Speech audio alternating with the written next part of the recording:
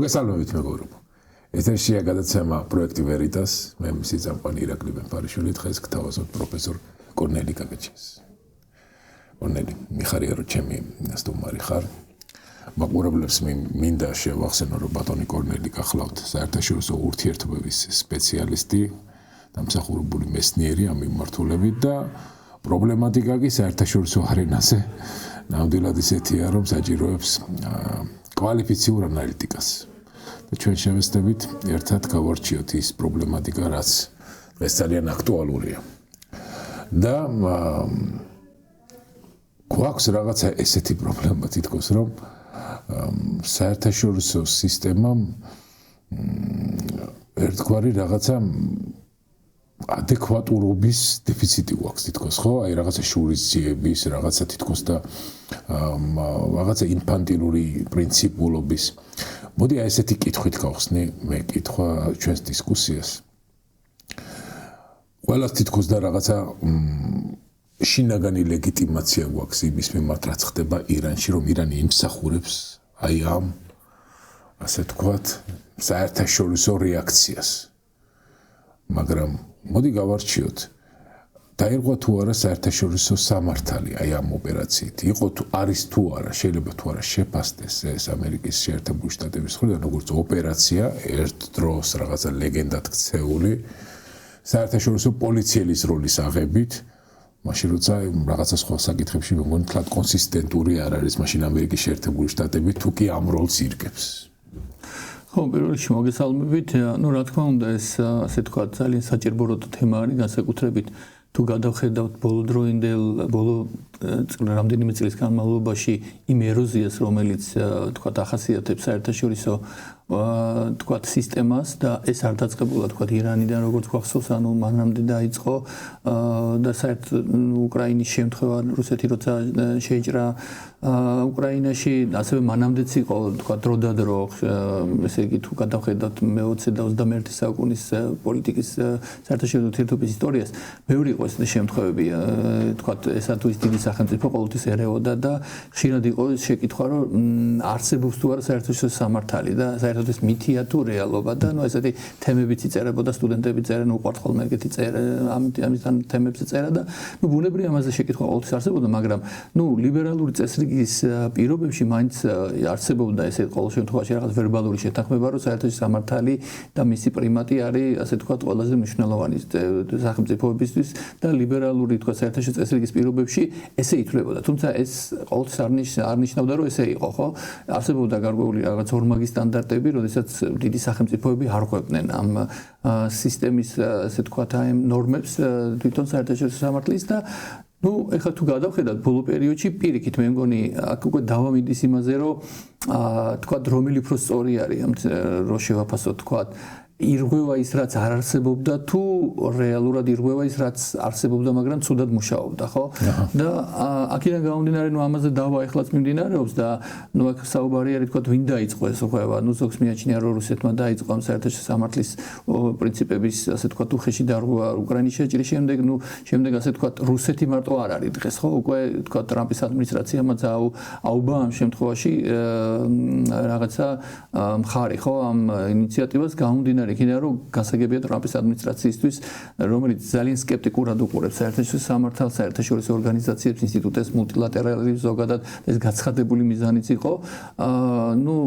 მათგან ასე ვთქვათ მოსალოდნელიც იყო ეს, რომ თქვათ ნუ ისინი ეროვნულ ინტერესებს აყენებენ ხო წინ და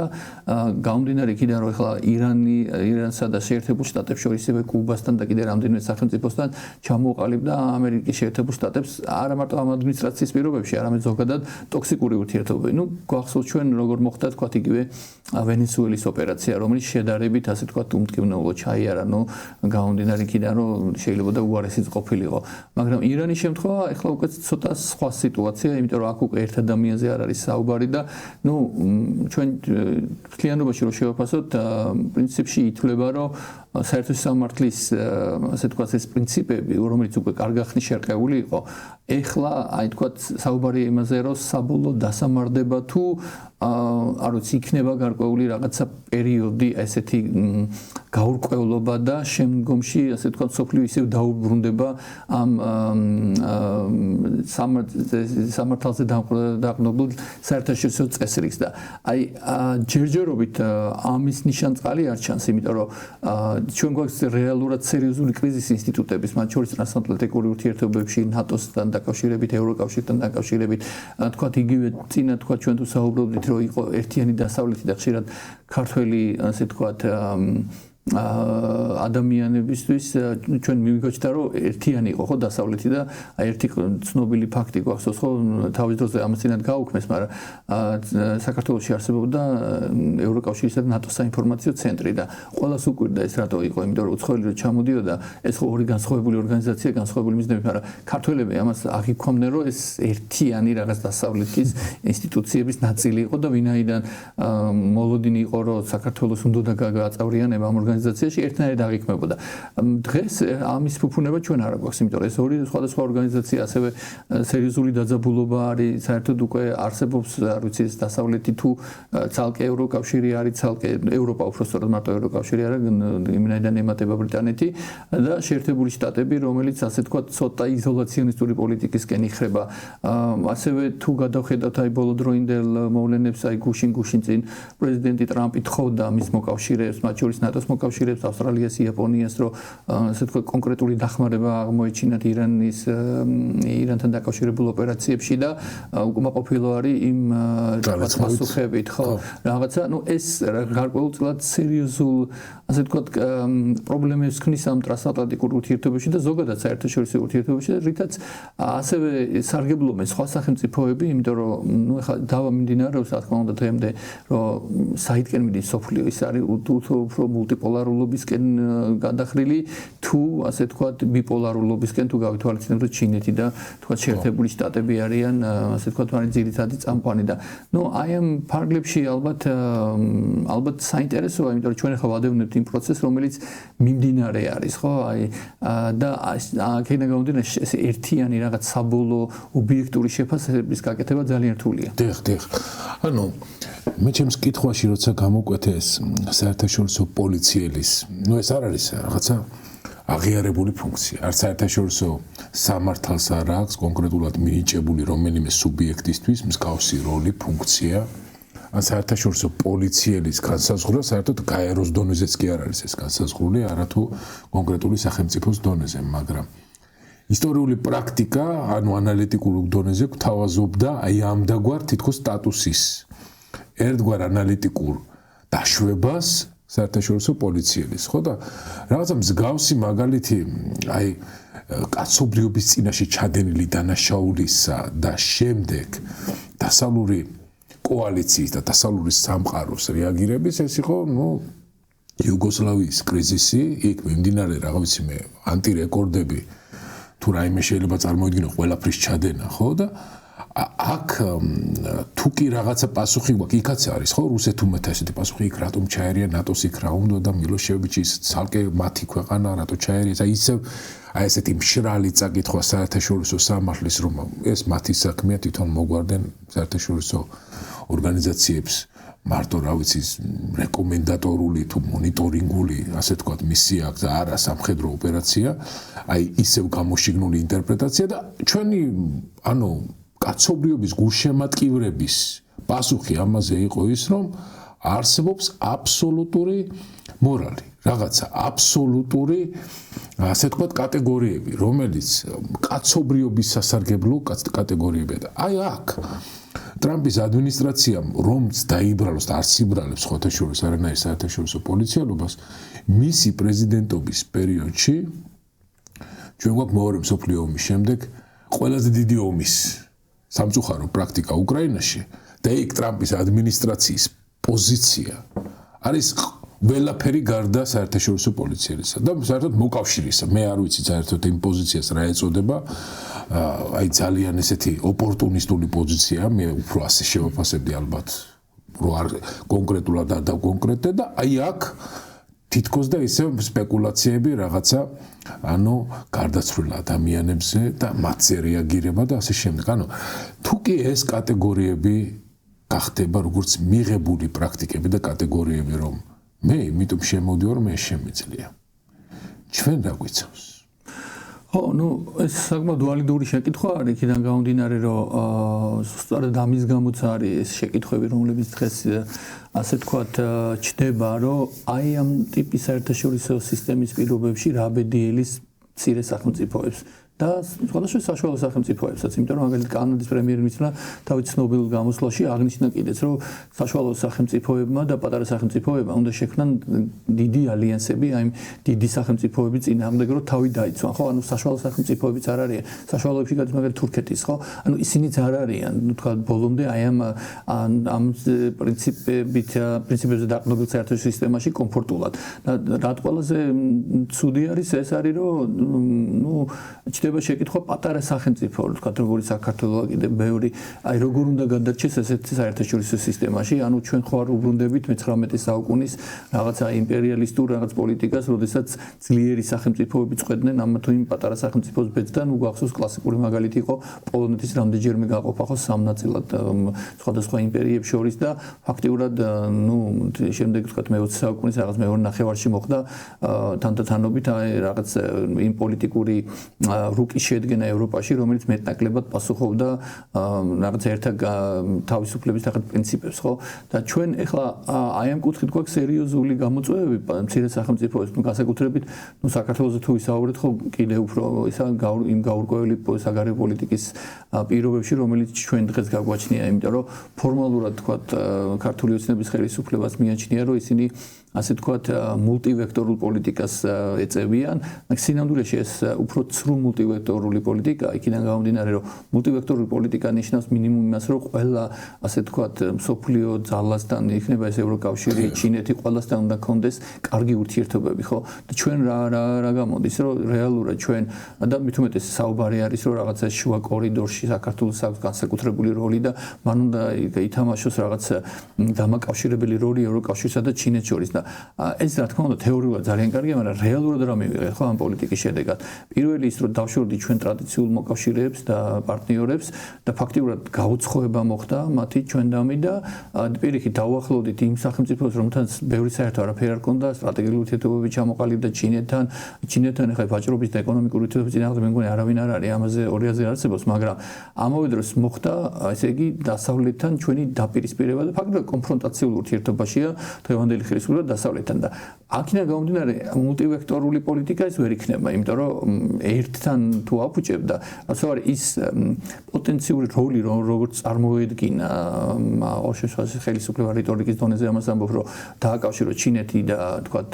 ევროკავშირი ეს არ გამოდის და პლუს ამას ემატება ის რომ თქვათ იგივე თქვათ იზოლაცია ხო საერთაშორისო იზოლაცია ხელისუფლების ფაქტი განსაკუთრებით დასავლური სტრუქტურებიდან ფაქტიურად რომ მივადევნო თვალყური თქვათ სად დადიან საქართველოს პოლიტიკურ ლიდერები ხო არის ზოგი აშხაბადში ზოგი თურქეთში თურქმენეთში ესეც უკვე რაღაცნაირად მიუთითებს მიუხედავად იმისა რომ ხელისუფლება ასე თქვათ ურცხვად გვეუბნება რომ ისინი არ გზნობენ თქვათ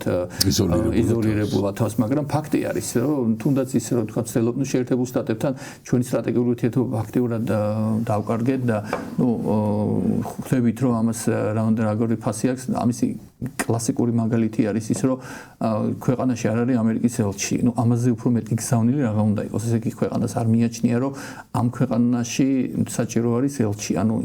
და ეს რა თქმა უნდა დამსახურება იმისი რომ აი თქვა ანტიდასავლური და ანტიამერიკული და ანტიევროპული რიტორიკა რაც ხელისუფლებას ახასიათებს ბუნებრივია შეუმჩნეველი არ დარჩა და აი თლიანობაში ხარ რომ შევაჯამოთ ეს მცირე სახელმწიფოს თვის აი ასეთ პირობებში როდესაც ფაქტიურად ეს ანარქიული საერთაშორისო სისტემა კიდევ უფრო მტკიცდება და შენ არ ყავს მოკავშირეები აი რაღაცნაირად სირაქლემას პოლიტიკით შორს გასვლა შეუძლებელია იმიტომ რომ ჩვენ არ ვიცით მაგალითად როგორ დამთავრდება რუსეთ-უკრაინის ომი და როდის დამთავრდება ის მაგრამ ასევე ვიცით რომ თუ თქვათ მომავალში რუსეთმა მოინდომა მის მეზობლების წინააღმდეგ ძალის გამოყენება ამას ვერავინ არ შეუშლის ხეს და აი ამ მომენტში ჩვენ ვინ დაგვიცავს ხო თვითონ ხელისუფლება აღიარა ხო რამდენიმე ხნის უკან რომ ჩვენ ჩვენ არ გვყავს ახლა ისეთი შეერაღებული ძალები, რომ რაღაც განსაკუთრებული ესე თქვათ ისეთ რა ქვია მომზადება ჩვენ არ გვაგვიწევია ბოლო წლებში და არც თანხები იყო და ყველაზე მცირე არის ხო სამხრეთ კავკასიაში ჩვენი შეერაღებული ძალები და ზოგადად ჩვენი ეს ინვესტიცია სამხედრო საქმეში. ასევე სხვა ცრუთავად გადავანება თქვა რუსეთიდან მომდინარე საფრთხეზე იგივე რეგიონში ხო რეგიონში ძალიან სწრაფად შეიცვალა ჩვენს გარშემო ხო სიტუაცია განსაკუთრებით ყარაბაღის ამ მეორე ომის შემდგომ. ნუ ფაქტიურად ამ ომის შემდგომ უკვე აზერბაიჯანი რომელიც მანამდე ითვლებოდა რომ იყო კლასიკური მცირე სახელმწიფო დღეს მას აქვს ამბიცია რომ ის არენაზე გამოდის როგორც საშუალო დონის სახელმწიფო ხო და ნუ ამის რაღაც საფუძველიც აქვს პირველ რიგში ომში გამარჯვება მეორე ეკონომიკური თქვათ პირობები ნავთობი ეს გასადენები ყველაფერი და რეალურად ძალიან ბევრი საუბრობს ახლა იმაზე რომ აზერბაიჯანი ასე ვთქვათ რაღაცნაირად აყალიბებს სამხრეთ კავკასიის ახალ არქიტექტურას ნუ თურქეთის დახმარებით რა თქმა უნდა მით უმეტეს თუ გავითვალისწინებთ რუსეთი ახლა სუსტია და რეალურად მან დაკარგა გარკვეულწილად ეს გავლენები სამხრეთ კავკასიაში და ამ ეტაპზე ყოველ შემთხვევაში ესეა და აი ამ პირობებში ძალიან მნიშვნელოვანია რომ პატარა სახელმწიფომ მით უმეტეს საქართველოს იქნება ის თუ თქვა სხვა სახელმწიფოები თვითონ უნდა შეძლონ საკუთარი თავის აი თქვა გადარჩენა ხო რაღაც მაგრამ ამას პატარა სახელმწიფო ვერაც ვერ გააკეთებთ ჩვენ თუ გადავხედავთ საერთაშორისო თეორია ყოველთვის მცირე სახელმწიფოს აქვს რამდენიმე ვარიანტი ხო ერთი არის რომ მან ძალა ისესხოს ანუ შევიდეს ალიანსებში რაც ქონდა გაცხადებული მეორე არის ეგრეთ წოდებული ჰეჯირება ხო რა როდესაც არც იქით ხარ არც აქეთ მაგრამ ამას თავისი რისკები აქვს ხო ეხლა ეს ჰეჯირების პოლიტიკა ესე ადვილად არ ხდება ნუ ასევე არსებობს ნეიტრალიტეტი და კიდევ უამრავი ბალანსირება მიტმასნების პოლიტიკა ხო თქვათ ასევე და ფაქტი არის რომ ხა მცირე სახელმწიფოებს აი ესეთ საერთაშორისო სისტემაში ძალიან გაუჭირდებათ ოპერირება და სწორედ ამიტომაც არის რომ აი მაგალითად ხა ბოლო დღეებში ალბათ მიაქციათ ყურადღება ისლანდია რომელიც მანამდე თქვა თავს იკავებდა ევროკავშირში გაწევრიანებას ეხლა სწრაფი ტემპით ცდილობს რაღაცნაირად და ესე იგი გაწევრიანდეს ევროკავშირში მიუხედავად იმისა რომ ევროკავშირი არ არის სამხედრო ბლოკი მაგრამ აი ტრამპის პოლიტიკამ გრენლანდიას მიმართებაში აი მზარება რომელიც გაჩა ტრანსატლანტიკურ ურთიერთობაში ისლანდიის ხელისუფლება მიიყვანა იმ დონემდე რომ ის ცდილობს უკვე გაწევრიანდეს ფორმალურად ევროკავშირში იმიტომ რომ იცის რომ პატარა სახელმწიფო რომელსაც არ ეყოლება ასე თქვა მოკავშირეები ძლიერი მოკავშირეები ფაქტურად განწირულია ესეც თან ეს ისეთ გეოპოლიტიკურ სივრცეში სადაც გვერდს მეზობლად არავითარი საფრთხე მას არ ემუქრება ანუ ის განიცდის ამ საფრთხეს ეხლა რომ დაუბრუნდეთ ისე აი ამ ირანის კრიზისს ეს ოპერაცია რომელიც რაღაცა გაგებაში რაღაცა ასე თქვათ შემთხვევებში რუსეთ-უკრაინის ომის ერთგვარ ვარაუდს გავს რომ უცებ ჩამოიშლება რეჟიმი ყოველ შემთხვევაში მე ესეთი შტაბ-ბეჭდილება დამშადე თქვენ გამისწორეთ თუ ასე არ არის რომ უცებ ჩამოიშლება რეჟიმი მიიჩნია რეჟიმმა რომ სახალხო პროტესტი იმხელა დიდი მუხტის არის რომ ამ სახალხო პროტესტს ჭირდება მხოლოდ და მხოლოდ გარეგანი მხარდაჭერა და სახალხო პროტესტის შემდეგ აუცილებლად გამოიწვევს რეჟიმ შიგნით რყევებს გამოჩნდება ადამიანები რომლებიც გადმოვა თავად ჩვენს მხარეს ეს ვარაუდები ჰქონდა რატომღაც ვლადიმერ პუტინსაც და მივიღეთ პრაქტიკულად ომი, რომელშიც ერთადერთი სხვაობა რუსეთ-უკრაინის ომისგან განსხვავებით არის ის, რომ ირანს არ ჰყავს მოკავშირეები. ანუ ისეთი მოკავშირეები, რომელთაც აი ლოჯისტიკური ხაზი გამოებნება უკან და ის შეძლებს ბოლო-ბოლო აი ამ ომის დიდი ხნით უზრუნველყოფას. ჩინეთი შევაფასოთ, რამდენად წავა ამ რისკებზე. რუსეთი გამომდინარე ამ მდგომარეობიდან ნაკლებად სავარაუდოა, მაგრამ შევაფასოთ. ინდოეთი რამდენად სავარაუდოა, რომ ის დაკავშირებული იყოს ისევ ამ ამბიციასთან, ამ ავანტიურასთან. ყოველ შემთხვევაში ვიცით, ჩემი დაკვირვებით, რომ იქ სადაც ჩინეთია, ინდოეთს არ უნდა იქ რო იყოს. აქაც არის ერთგვარი რაღაცა და იქ სადაც პაკისტანია კიდევ იქაც არ უნდა რო იყოს. ანუ ამის მიუხედავად, შენი ვარაუდით, ამ ომს აქვს ისეთივე შანსი გაჭიანურების დიდი ხანგრძლივი კრიზისის და ამ შემთხვევაში უკვე როგორ საერთაშორისო სისტემას ვიღებ, სადაც ორი უმძიმესი გაჭიანურებული კრიზისი გვაქვს სახეზე. დღევანდელი მოცემულობა ასეთია. და ეს მოცემულობა მართლა მეორე მსოფლიო ომის შემდეგ არ გავს არც ერთ მოცემულობას, რომ იყო ვიეტნამის ომი, პრაქტიკულად გადატვირთული იყო მთელი სისტემა იმ ერთი მძიმე ლოკაციით. უდაბნოს ქარიშხალი ერთი მძიმე ლოკაცია. ახლა არის ორი უმძიმესი ლოკაცია, საკმაოდ რთული, მთლიანად ერთიც კი რთული სისტემისთვის, ორის გადატანა და ეს უმძიმესი ორი ტკივილი, ორი კბილის ტკივილი რა მძიმეა. როგორ უნდა გადაიტანოს სისტემა თუ კი გაგრძელდება და რა პერსპექტივებია?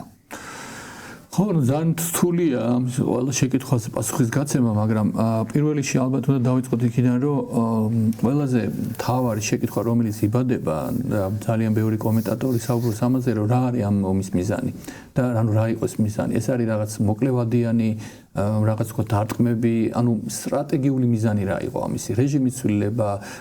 უბრალოდ დასუსტება, თქვა რაღაცა თუ თქვა გრძელვადიანი, არ ვიცი რაღაცა რეჟიმ ჩენჯი და თუ და რამდენად ზად არის თქვა შეერთებული შტატები და ისრაელი რომ გადასხან თქვა სახმელეთო ჯარები, იმიტომ რომ ჩვენ ვიცით რომ თუ ესე იგი თავისით არ მოხდა იქ რეჟიმის ჩამოშლა, მაშინ მოგიწევს ამ ოპერაციის გაკეთება, რაც რა თქმა უნდა არ იქნება პოპულარული, მით უმეტეს ეს ეხება ქვეყანას, რომელიც ძალიან ასე თქვა ტკივნეულად რეაგირებს თითოეული ჯარისკაცის სიკვდილს შეერთებულ შტატებში და ნუ გახსოვს ამის უამრავი მაგალითი ამერიკის შეერთებული შტატების ისტორიიდან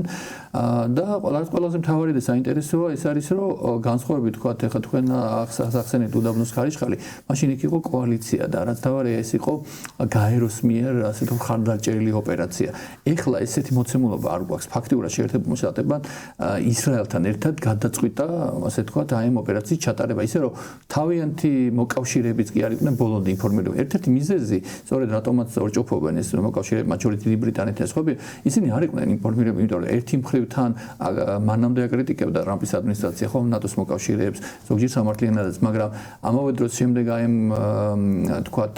გრენლანდიის ისტორიამ გარკვეულწილად რაღაც დაჩრდილა ეს ურთიერთობები და უკვე ევროპის ქვეყნები უკვე შეშფოთდნენ ამ იმაზე, რომ თუ თქვათ შეერთებული შტატების ეროვნული ინტერესები მნიშვნელოვანია, მაშინ რატო არ უნდა იყოს თქვათ იგივე ევროკავშირის ძალგებული ქვეყნების ან ბრიტანეთის ინტერესები მნიშვნელოვანი და ანუ რეალურად ისინი ცდილობენ რომ იმავე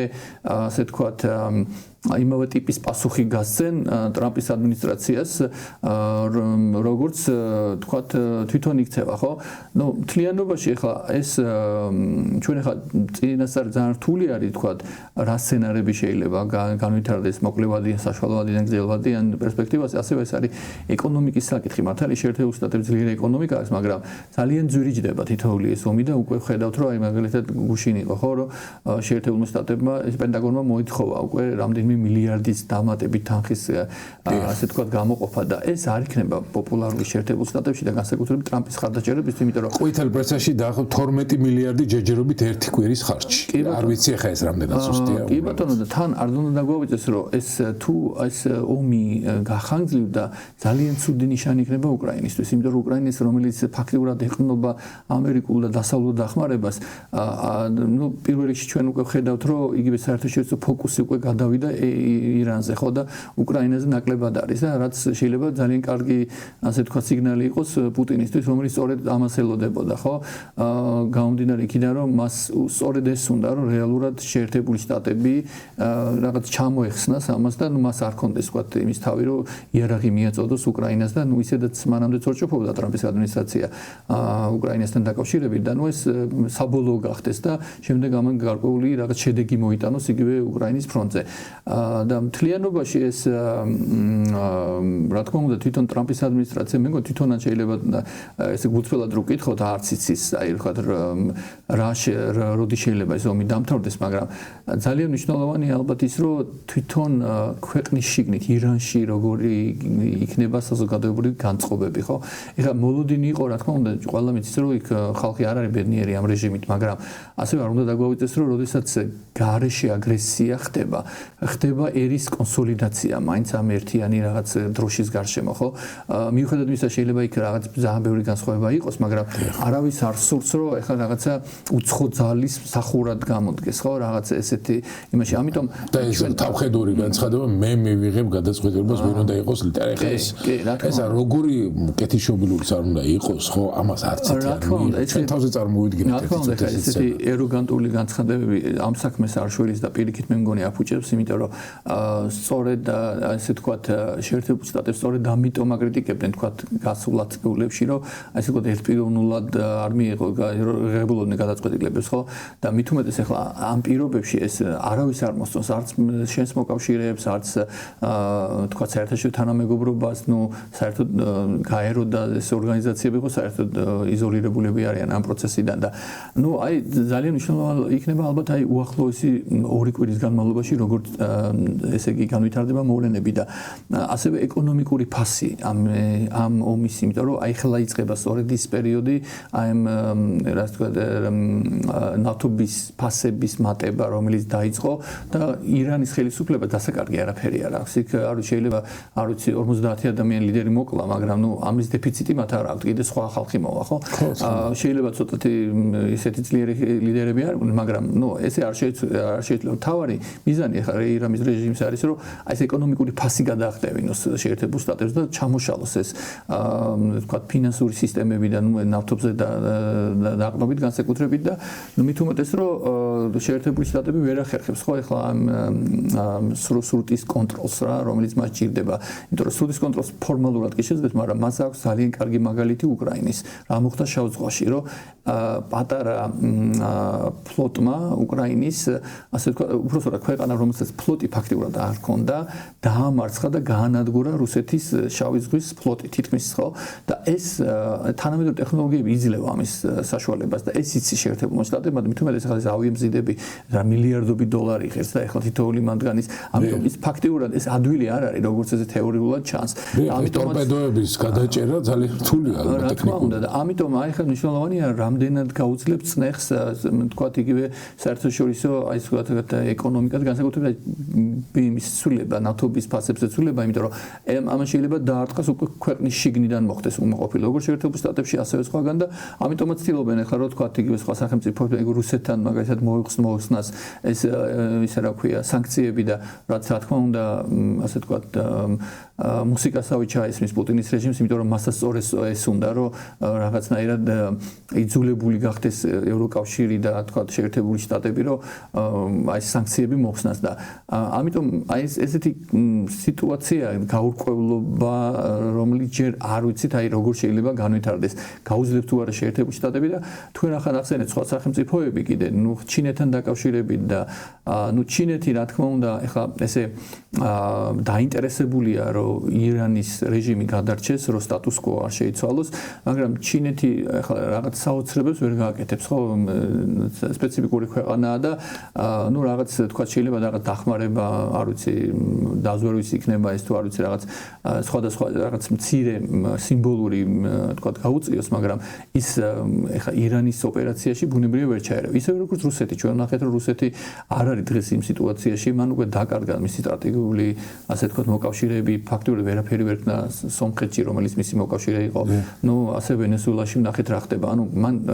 სირიაში ხო, მითაჩელი ჩამოიშალა მთელი ჯენ. დღეს მას არ ძალუց და ამას თვითონაც აღიარებენ, რომ მას არ შეუძლია აი ესეთი ტიპის ოპერაციაში ჩართვა. ერთადერთი რაც ჩვენ ვიცით და რაც გაჟღერდა პრესაში ეს არის, რომ თქვა იგივე სადაზვერვო ინფორმაციას აწვდის სხვა რაღაც, მაგრამ ამის იქით რუსეთს თვითონ არ აქვს, იმიტომ თვითონ ღებულობდა ხო ამ შაჰიდებს და იმას იქიდან ყიდულობდა და ამიტომ მიუხედავად იმისა, რომ ამ ორ ქვეყანას შორის არსებობს სტრატეგიული თანამშრომლობის შესახებ ხელშეკრულება, რომელიც რამდენიმე წლის უკან დაიდო, მაგრამ რეალურად ვერ სრულდება და ეს კიდევ ერთხელ მიუთითებს, რამდენად არასაიმედოა რუსეთი როგორც მოკავშირე და ამას ყველა ხედავს და ყველაზე საინტერესო ის არის, რომ ამას უყურებენ ასევე განვითარებადი მესამე სამყაროს ქვეყნები, რომლებიც მანამდე რუსეთს ცოტა სხვა თვალით უყურებდნენ და მაინც ეგონათ, რომ თქვათ ეს იყო ანტიდასავლური რაღაც ძალა, რომელთანაც ასევე შეიძლებოდა მულტიპოლარულ სოფლიოში თანამშრომლობა. აი ხა ხედავენ, რომ რეალურად აი ესეთი სახელმწიფოს ნდობა არ შეიძლება და მასთან მოკავშირეობა, რაც რა თქმა უნდა სერიოზულად არკავს რუსეთის ასე ვთქვათ საერთაშორისო პრესტიჟს და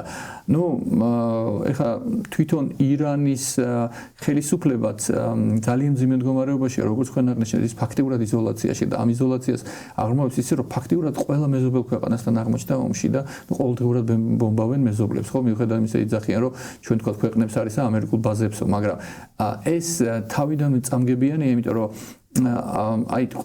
ესე იგი ომი ყველა წინააღმდეგ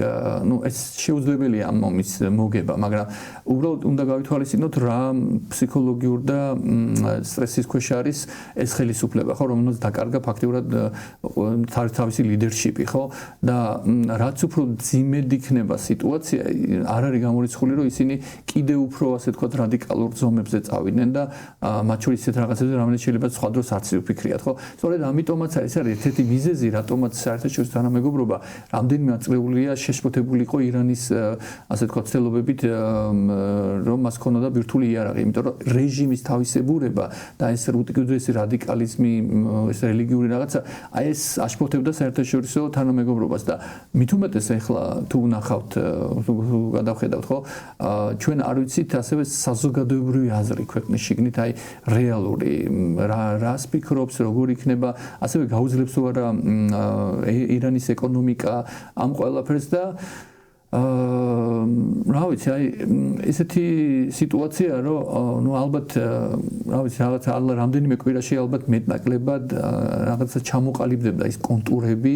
როგორ შეიძლება ეს მოგვარდეს და რაც ყველაზე მნიშვნელოვანია, ფაქტიურად საერთაშორისო ორგანიზაციები აქ საშუალო ფუნქცია ჯერჯერობით არ ასრულებენ და არც არავინ უსმენს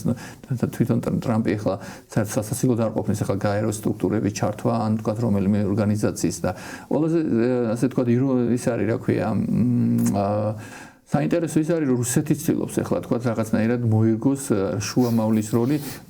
და შესთავაზაკიდეს ხო შეერთებულ შტატებს რამდენიმე ვარიანტი ამ ბირთვული იარაღის გადატანასთან დაკავშირებით რომელიც ახლა ტრამპის ადმინისტრაციამ არ მიიღო მაგრამ ჩვენ არ ვიცით თუ გართულდა სიტუაცია შეიძლება ბევრი არჩევანი ასე თქვა მასაც არ კონდეთ ამ კუთხით ასევე საინტერესოა ჩვენს რეგიონზე როგორ გავლენას მოახდენს ეს სამხრეთ კავკასიაზე იმიტომ რომ ჩვენ მართალია ახლა საქართველოს პირდაპირ საზღვარი არ აქვს ირანთან მაგრამ ჩვენ ისტორიულადაც ვიცით რომ ეს ჩვენი რეგიონის ასე ნაწილია და ნუ არ ვიცი ახლა თქვა იქ სხვადასხვა სცენარებია და თქვა ყველაზე ცუდი სცენარის შემთხვევაში თუ იქ მოხდა ჰუმანიტარული კატასტროფა ასევე არ არის გამორიცხული რომ იქ რაღაც 100,000-ობით ადამიანმა დატოვოს ეს ქვეყანა ხო და რომელიც რა თქმა უნდა მოაწყდება მეზობელ ქვეყნებს ნუ აზერბაიჯანმა თქვენ იცით რომ თითქმის კოვიდის პერიოდიდან დაკეტილი აქვს საზღვარი და ზოგადად ასე თქვა ცუდი ურთიერთობა აქვს ხო ამ ორ ქვეყანას ნუ სომხეთთან აქვს კარგი ურთიერთობა და ნუ სომხეთში ხა ყველა ვერ დაეტევა ხო ეს ადამიანები ხო არის სცენარი შესაძლებელია რომ აქაც მოვიდეს მეტი და ასე რომ ამასთან დაკავშირებით ესე იგი ეს შორს არ არის როგორც ხანდახან ჩვენ გონია რომ ასე თქვა ჩვენი რეგიონიდან და ბუნებრივია ეს გავლენას ახდენს და უკვე მოახდინა კიდეც ხო ახლა ცოტა ხანში ალბათ ვნახებ ნავთობის ფასი რომელიც აქაც აიწევს ხო და ამას გარკვეული რაღაც ფასის გადახდა ყველას მოუწევს მათ შორის ჩვენს მოქალაქეებსაც ხო აი შენ ახსენე გაეროს შეზღუდული როლი პრინციპში უკვე კომიკური მდგომარეობა და აქ არის ჩემი კითხვაც რომ ტრამპის სუბიექტური ფაქტორია ეს თუ ობიექტურად მოხდა საერთაშორისო ორგანიზაციების საერთაშორისო ინფრასტრუქტურის მარგინალიზაცია ანუ ტრამპის სუბიექტურ ფაქტორზე მეტყველებს ისიც რომ ეს გრენლანდიის პროექტი ეს ასე თქვათ სრუტის რაღაცა შანტაჟის ენით დაბრუნების პროექტი და სხვა მრავალი ასე თქვათ რაღაცა საერთაშორისო კრიზისები იყო ეს მიკრო მაგრამ რაღაცა კრიზისები იყო აი გამოწვეული იყო აი კერძოდ ტრამპის ადმინისტრაციის ძალიან რაღაცა კონკრეტული სუბიექტური ხედვიდან გამომდინარე რომელიც არ იყო არც მეცნიერული ენა, არც მაღალი ხარისხის და მაღალი კვალიფიკაციის დიპლომატიის ენა, არ იყო უზრუნველყოფილი არც ეს ტარიფების პროგრამა რაღაცა მეცნიერულ ასე თქვა დადასტურებით, რომელშიც წარმოდგენილი იქნებოდა, ანუ ჟურნალისტი რო ეკითხება ტარიფი როგორ გამოიყვანე, იქ რაღაცნაირი ისეთ პასუხისმგებლობთ, როგორი პასუხით შეიძლება მიიღო რაღაცა სკოლის მოსწავლისგან. აი რაღაცა მომზადებული შეიძლება თავად არ იყო, მაგრამ ადმინისტრაციის კონკრეტულმა წარმომადგენლებმაც ვერ დაადასტურეს და ვერ ახსნეს ამ ტარიფების აუცილებლობა და ვიცით რომ მაინც და მაინც არავითარი მოგება მას არ მოუწევს, ფასები გაიზარდა და სამუშაო ადგილები შემცირდა. აი და ეს ბოლოს ახლა გაერო ვახსენე ეს ყველაზე კომიკური, ну განხორციელება მე მგონი არ მწერია და არც ექნება, რომ გაეროს ალტერნატიული უნდა შექმნათო და მოიწვია ყველაზე მარგინალური წევრები, ვინც შეიძლება მოიწვიო, აი ისევ სუბიექტური სიმპათიები დიქტატორების მიმართ. ანუ ადამიანს მოწონს ეს სტრონგმენები და თავისთავიცა ესეთი სტრონგმენი გონია, ნარცისიზმს ვერაფრით ვერ წავართმევ და დაუკარგავ ტრამპს და აი ესეთი რაღაცა, აი შენ როგორ აფასებ? ტრამპს გაყვება ეს ეპოქა მარგინალიზაციის საერთაშორისო სისტემის თუ საერთაშორისო სისტემა ობიექტურად მარგინალიზდა ტრამპი უბრალოდ აი ამ პროცესების ცხადად გამჟღავნებელია, იმიტომ რომ მისი ენა პოპულისტურია და უფრო სახალხო ენა და გასაგები გახადა ის რაც უკვე კრიზისის დონეზე იყო ამოტანილი, თუ გვაქვს დროებითი რაღაცა ძალიან რაღაცა ბოდვითი ეპოქა. აი ნახეთ მე მგონი ამ საკითხებში ცოტა ხმად რო შევიდეთ, უნდა დავიწყოთ, რომ ნუ აქამდე ყოველ შემთხვევაში ტრამპის პირველ პრეზიდენტობამდე ჩვენ შეთანხმებული ვიყავით, რომ სოფლიოს გლობალიზება ხდებოდა, ანუ გლობალურ სოფლიოს საუბრობდნენ რაღაც გლობალური მთავრობის შექმნაზე, საერთაშორისო ინსტიტუტების სიძლიერეზე და მთელი ამბები და ნუ ასე თქვათ ამ ლიბერალური დღის წესრიგის გამტკიცებაზე, ხო? აი ტრამპის ადმინისტრაციის შემდგომ ამ ეს პირველი ტრამპის ადმინისტრაციის მოსვლა სწორედ განაპირობა აი ამ ანტიგლობალისტურმა დამოკიდებულებამ. მათ შორის შეიძლება დავაბრალოთ იქ რაღაც პოპულიზმის აღზევება, ყველაფერი, მაგრამ შეერთებულ შტატებში ისე ბევრ დასავლურ ქვეყანაში ძალიან ძლავრი არის ეს მემარჯვენე პოპულიზმი, ხო? რომელიც სწორედ ამ ტალღაზე, ასე ვთქვათ, აღმოცენდა, ხო? და ანუ ეს მარტო ტრამპი უბრალოდ სიმპტომია, ხო, ამისი, ანუ რეალურად იმის უკან დგას ხალხი, რომელიც უკმაყოფილოა ამ გლობალიზაციით და დღეს რასაც ტრამპის ადმინისტრაცია აკეთებს, ჩვენ შეიძლება ვისაუბროთ დეგლობალიზაციაზე. ანუ ის ეჭქვეშ აყენებს და ძირს უთხრის ამ გლობალისტურ ინსტიტუტებს და სწორედ პირდაპირ ამბობს ამას, რომ თქვა იგივე გაერო მსოფლიო ბანკი ესენი ჩვენ არ გვაინტერესებს, ჩვენ გვაინტერესებს ჩვენი ინტერესები, იმიტომ რომ ამას აქვს შიდა რაღაც გარკვეული ინტერესები, ხო? ბევრი ამერიკელი უკმაყოფილოა იმით, რომ თქვა ბოლო აწლეულობის განმავლობაში დაიხურა უმრავი ფაბრიკა, ქარხანა, იგივე მანქანების წარმოება, უამრავი თქვა ტექნოლოგიური რაღაცები გადავიდა ჩინეთში ან სხვა სახელმწიფოებში და ეს ხალხი დარჩა უმუშევარი. ამიტომ ეს ხალხი ახლა ფიქრობს, რომ აი ეს პოლიტიკა, რომელიც მიმდინარეობდა, რომ თქვა გლობალისტური, ასე თქვა ძალების მიერ, არასწორი იყო და მათ ინტერესებს ეწინააღმდეგებოდა. ამას იყენებს სწორედ თქვა ეს ტრამპი იქნება თუ თქვა სხვა მემარჯვენე ტიპის პოპულისტური ძალები და ამიტომ ეს შეიძლება ორივე მხარეს, ასე თქვა ჩავთვალოთ, რომ ორი მხარე არის. ერთი რომ არსებობს ობიექტური დაკვეთა რაღაც შეერთებულ შტატების რაღაც სეგმენტში საზოგადოების, რომელიც გადაიღარა ამ ლიბერალური ესტაბლიშმენტიდან, რომელთანაც მას სერიოზული, ასე ვთქვათ, ისინი აქვს ხო რაღაც შეკითხვები და რაც თავარია, ამ ლიბერალმა, ვთქვათ, პოლიტიკოსებმა და ლიდერებმა ვერ გასცეს პასუხი და არასდროს არ გააკეთეს ის, რაც ამ ხალხს უნდოდა და ამიტომ არის ეს მოსაზრება, რომ ამ ხალხმა ის რაღაც ნაწილმა იმიტომ კი არ მისცა ტრამპს ხმა, რომ მას მოსწონს, არამედ ეს არის რაღაც პროტესტის ფორმა, რომ აი შენ ახლა არ მისმენ, აი სწორედ ამიტომაც აი ვაძლევ აი უკიდურეს, ასე ვთქვათ, შეხედულებების მქონე ადამიანს და ნუ შემდეგ რა თქმა უნდა ამას უკვე თვითონ ეს რაღაც ცეზარისტული, ასე ვთქვათ, მომენტები ტრამპის პერსონალური ამას აფორმებს და რა თქმა უნდა ამას იყენებს და ასე რომ და ცდილობს აი ამ უკვე საკუთარი რაღაც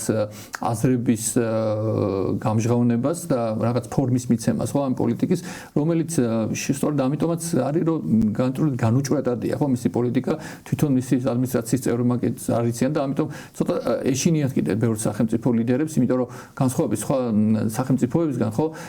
სადაც მაგალითად წინა ადმინისტრაციები ყველას ჰქონდათ რაღაცა ეროვნული უსაფრთხოების სტრატეგიები, რაღაცები წინდასწარ განჭვრეტად იყო, რა იყო ამ მოცანა მთელი ამ აი ამ შემთხვევაში ჩვენ ზუსტად არ ვიცით და ყველაზე საინტერესო ის არის, რომ ესე იგი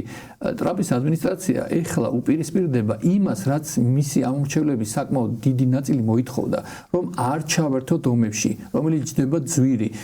ის არ არის ჩვენი ინტერესები, ხო? თავიდან თითქოს ესე დაიწყო, ხო? თითქოს ეს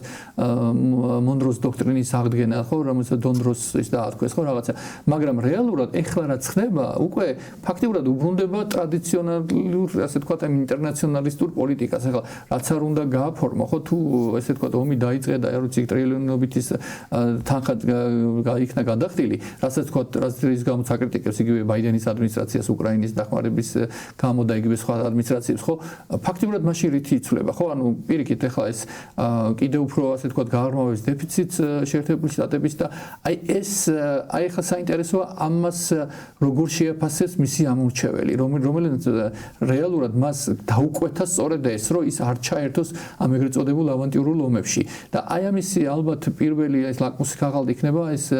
უახლოესი არჩევნები, ხო? სადაც გამოჩნდება, რომ აი ამერიკელი ამომრჩეველმა რა დასკვნები გამოიტანა ამ ყველაფრიდან და აი ეს აძლევს თუ არა ამ პოლიტიკას ხმას თუ აპროტესტებს. რა თქმა უნდა და აი ეს ამ კუთხით ალბათ საინტერესო იქნება აი ამ არჩევნების შედეგებსაც დაველოდოთ. აი უკრაინის ომთან დაკავშირებითაც აი ის ხაზი რომ მისი პირადი რაღაცა სუბიექტური ასე ვთქვათ აღქმები ნამდვილად მოქმედებს აი პოლიტიკაში და ექსპერტები ვცდილობთ რომ რაღაცა უფრო მეტი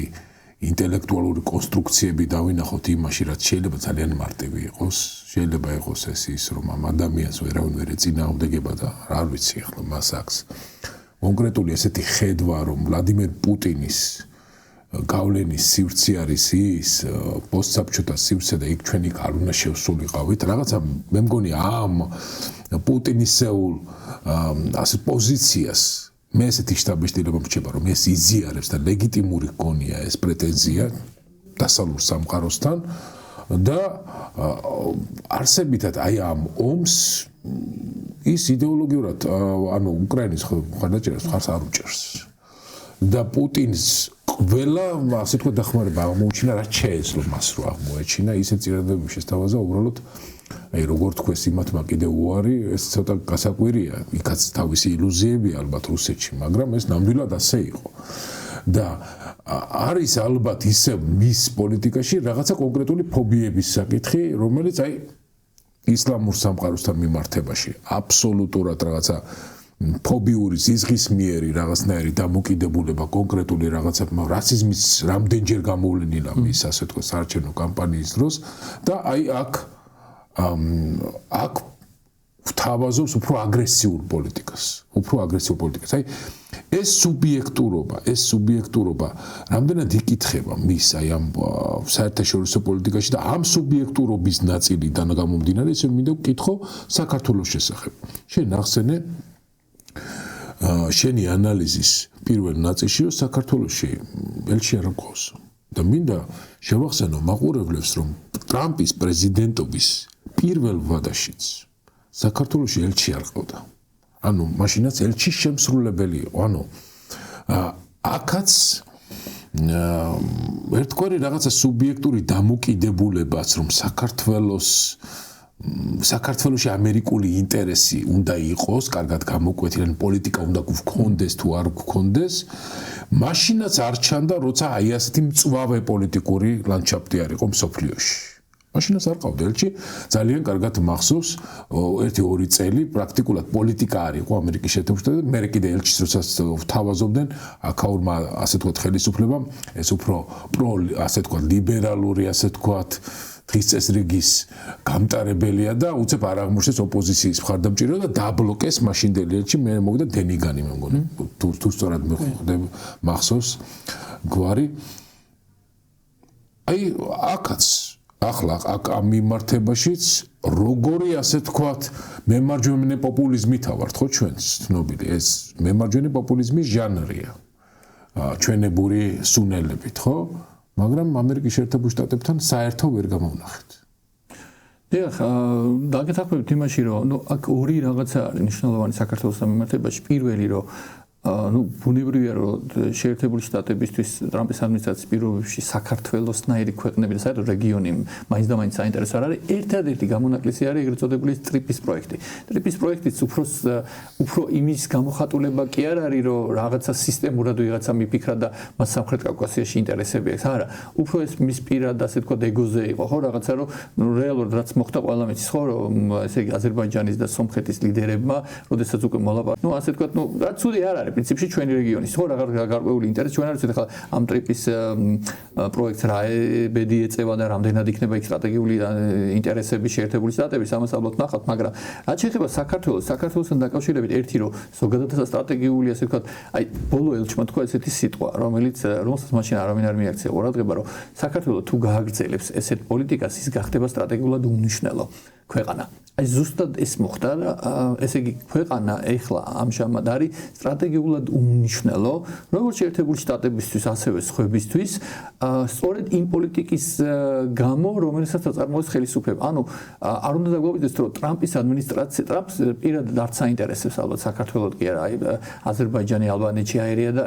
ესე ვთქვათ მას ეს ინტერესები არ აქვს მაგრამ შეერთებულ შტატებში არის ხალხი რომელიც სახელმწიფო დეპარტამენტში რომელსაც ჩვენივრად იცის აქ რაც ხდება და ბუნებრივია მათ არ დავიწყებიათ ის ანტიამერიკული ასე ვთქვათ პოლიტიკა და თავდასხმები ხო რომელიც ორ ბოლო ელჩზე და ნუ შეერთებული შტატების მიმართ და მათ შორის ანტიევროპულიც ხო რომელიც დღესაც გრძელდება ხო ეს შეუმჩნეველი არ დარჩენია შეიძლება ვთქვათ ტრამპის ადმინისტრაციას ტრამპს პირადად არ მოსწონდეს ბაიდენი და მისი ადმინისტრაციის წარმომადგენლები მაგრამ როდესაც თავს ესხმი ამერიკულ ინტერესებს ის უკვე საერთო ეროვნული ინტერესია და იქ უკვე მათთვის მნიშვნელოვანი ანუ თუ რეჟიმი არის ანტიამერიკული და ასე იქნება ახმული ბუნებრივია რომ შესაბამისი რეაქცია იქნება და სწორედ ამასთან გვაქვს საქმე მიუხედავად იმისა რომ თქვენ ბრძანეთ რომ ერთი შეხედვით ისე ჩანს რომ ეხლა ქართული ოცნება ცდილობს რომ რაღაცა იდეოლოგიური საფუძველი შექმნას ამ ურთიერთობას და ანუ ეხლა ეს სასაცილოა იმიტომ რომ ჩვენ გვახსოვს რომ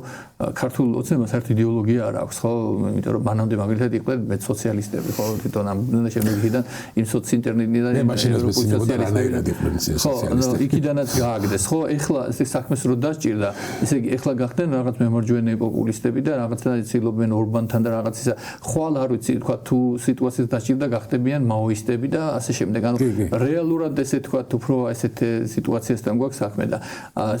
ყველაზე მთავარი ეს არის კიდე რაც საინტერესოა რომ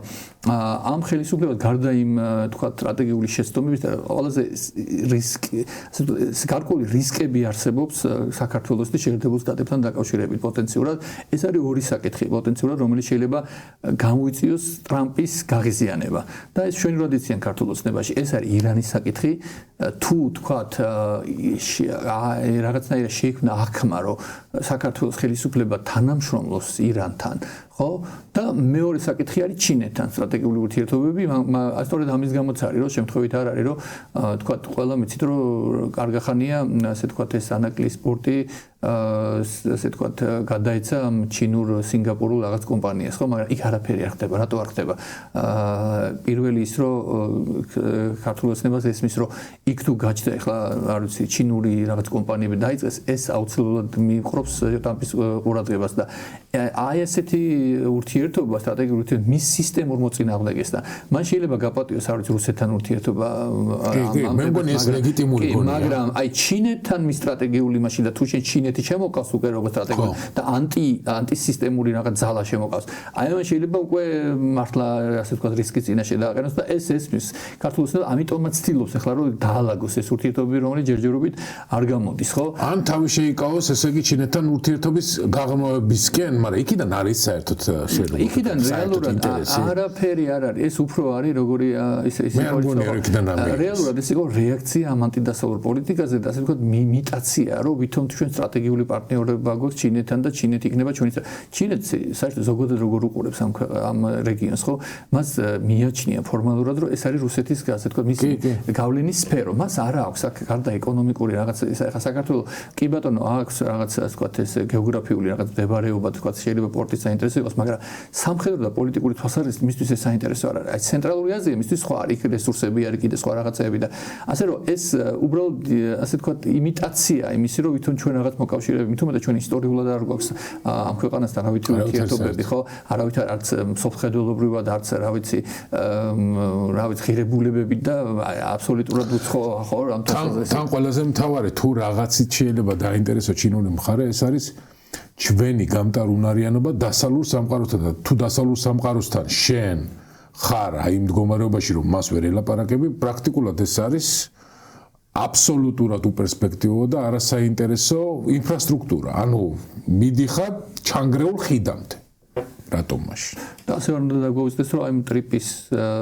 ასე თქვათ პროექტის ფარგლებში უკვე ხდება ფაქტიურად ალტერნატიული ასე ვთქვათ აი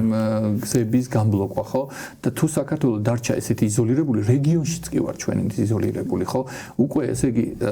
აზერბაიჯანი და სომხეთი ცდილობენ რუსეთისგან დისტანცირებას და ერთადერთი ქვეყანა რომელიც რაღაცნაირად ესე იგი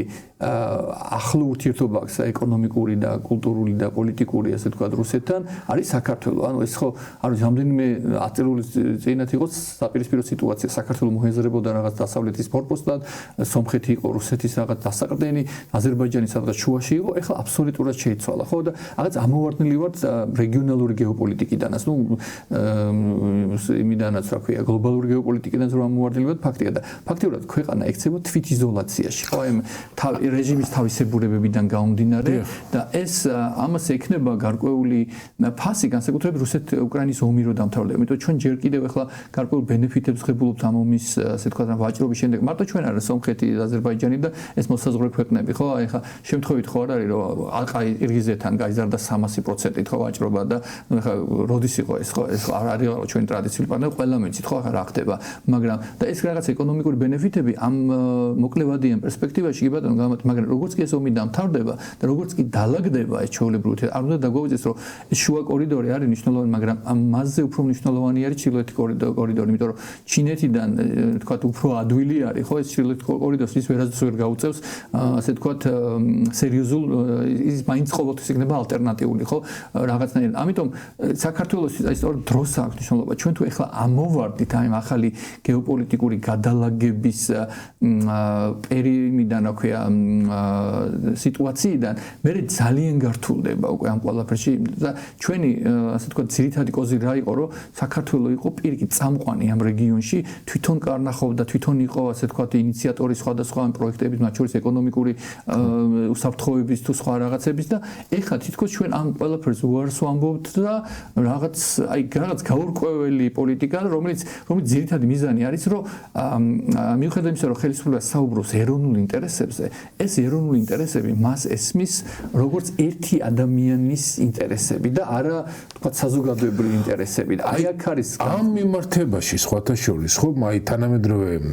ჩვენი ხელისუფლების პოლიტიკა გავს უკვე თანამედროვე ტრენდს თითქოს აი ამ საერთაშორისო სისტემაში და სუბიექტური აღქმებიდან და არა სისტემური არა ინსტიტუციური არა საერთაშორისო პრაქტიკის ტრადიციიდან გამომდინარე უფრო ნელი ინსტიტუციური პოლიტიკიდან გამომდინარე შექმნილი საერთაშორისო პოლიტიკა არამედ აი რა ვიცი მე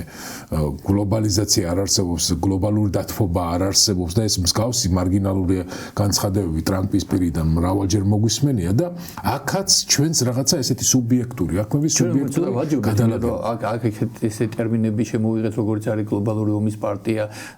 კიდე სხვა რაღაცა რომლის მსგავსი არც არის ანუ ჩვენ აი ამ კონსპირაციულ თეორიებში მე მგონი ცოტათი გავაჯობეთ კიდეც ხო აი გლობალური ომის პარტია არ გაგუნილა არსად მე მგონი ხო და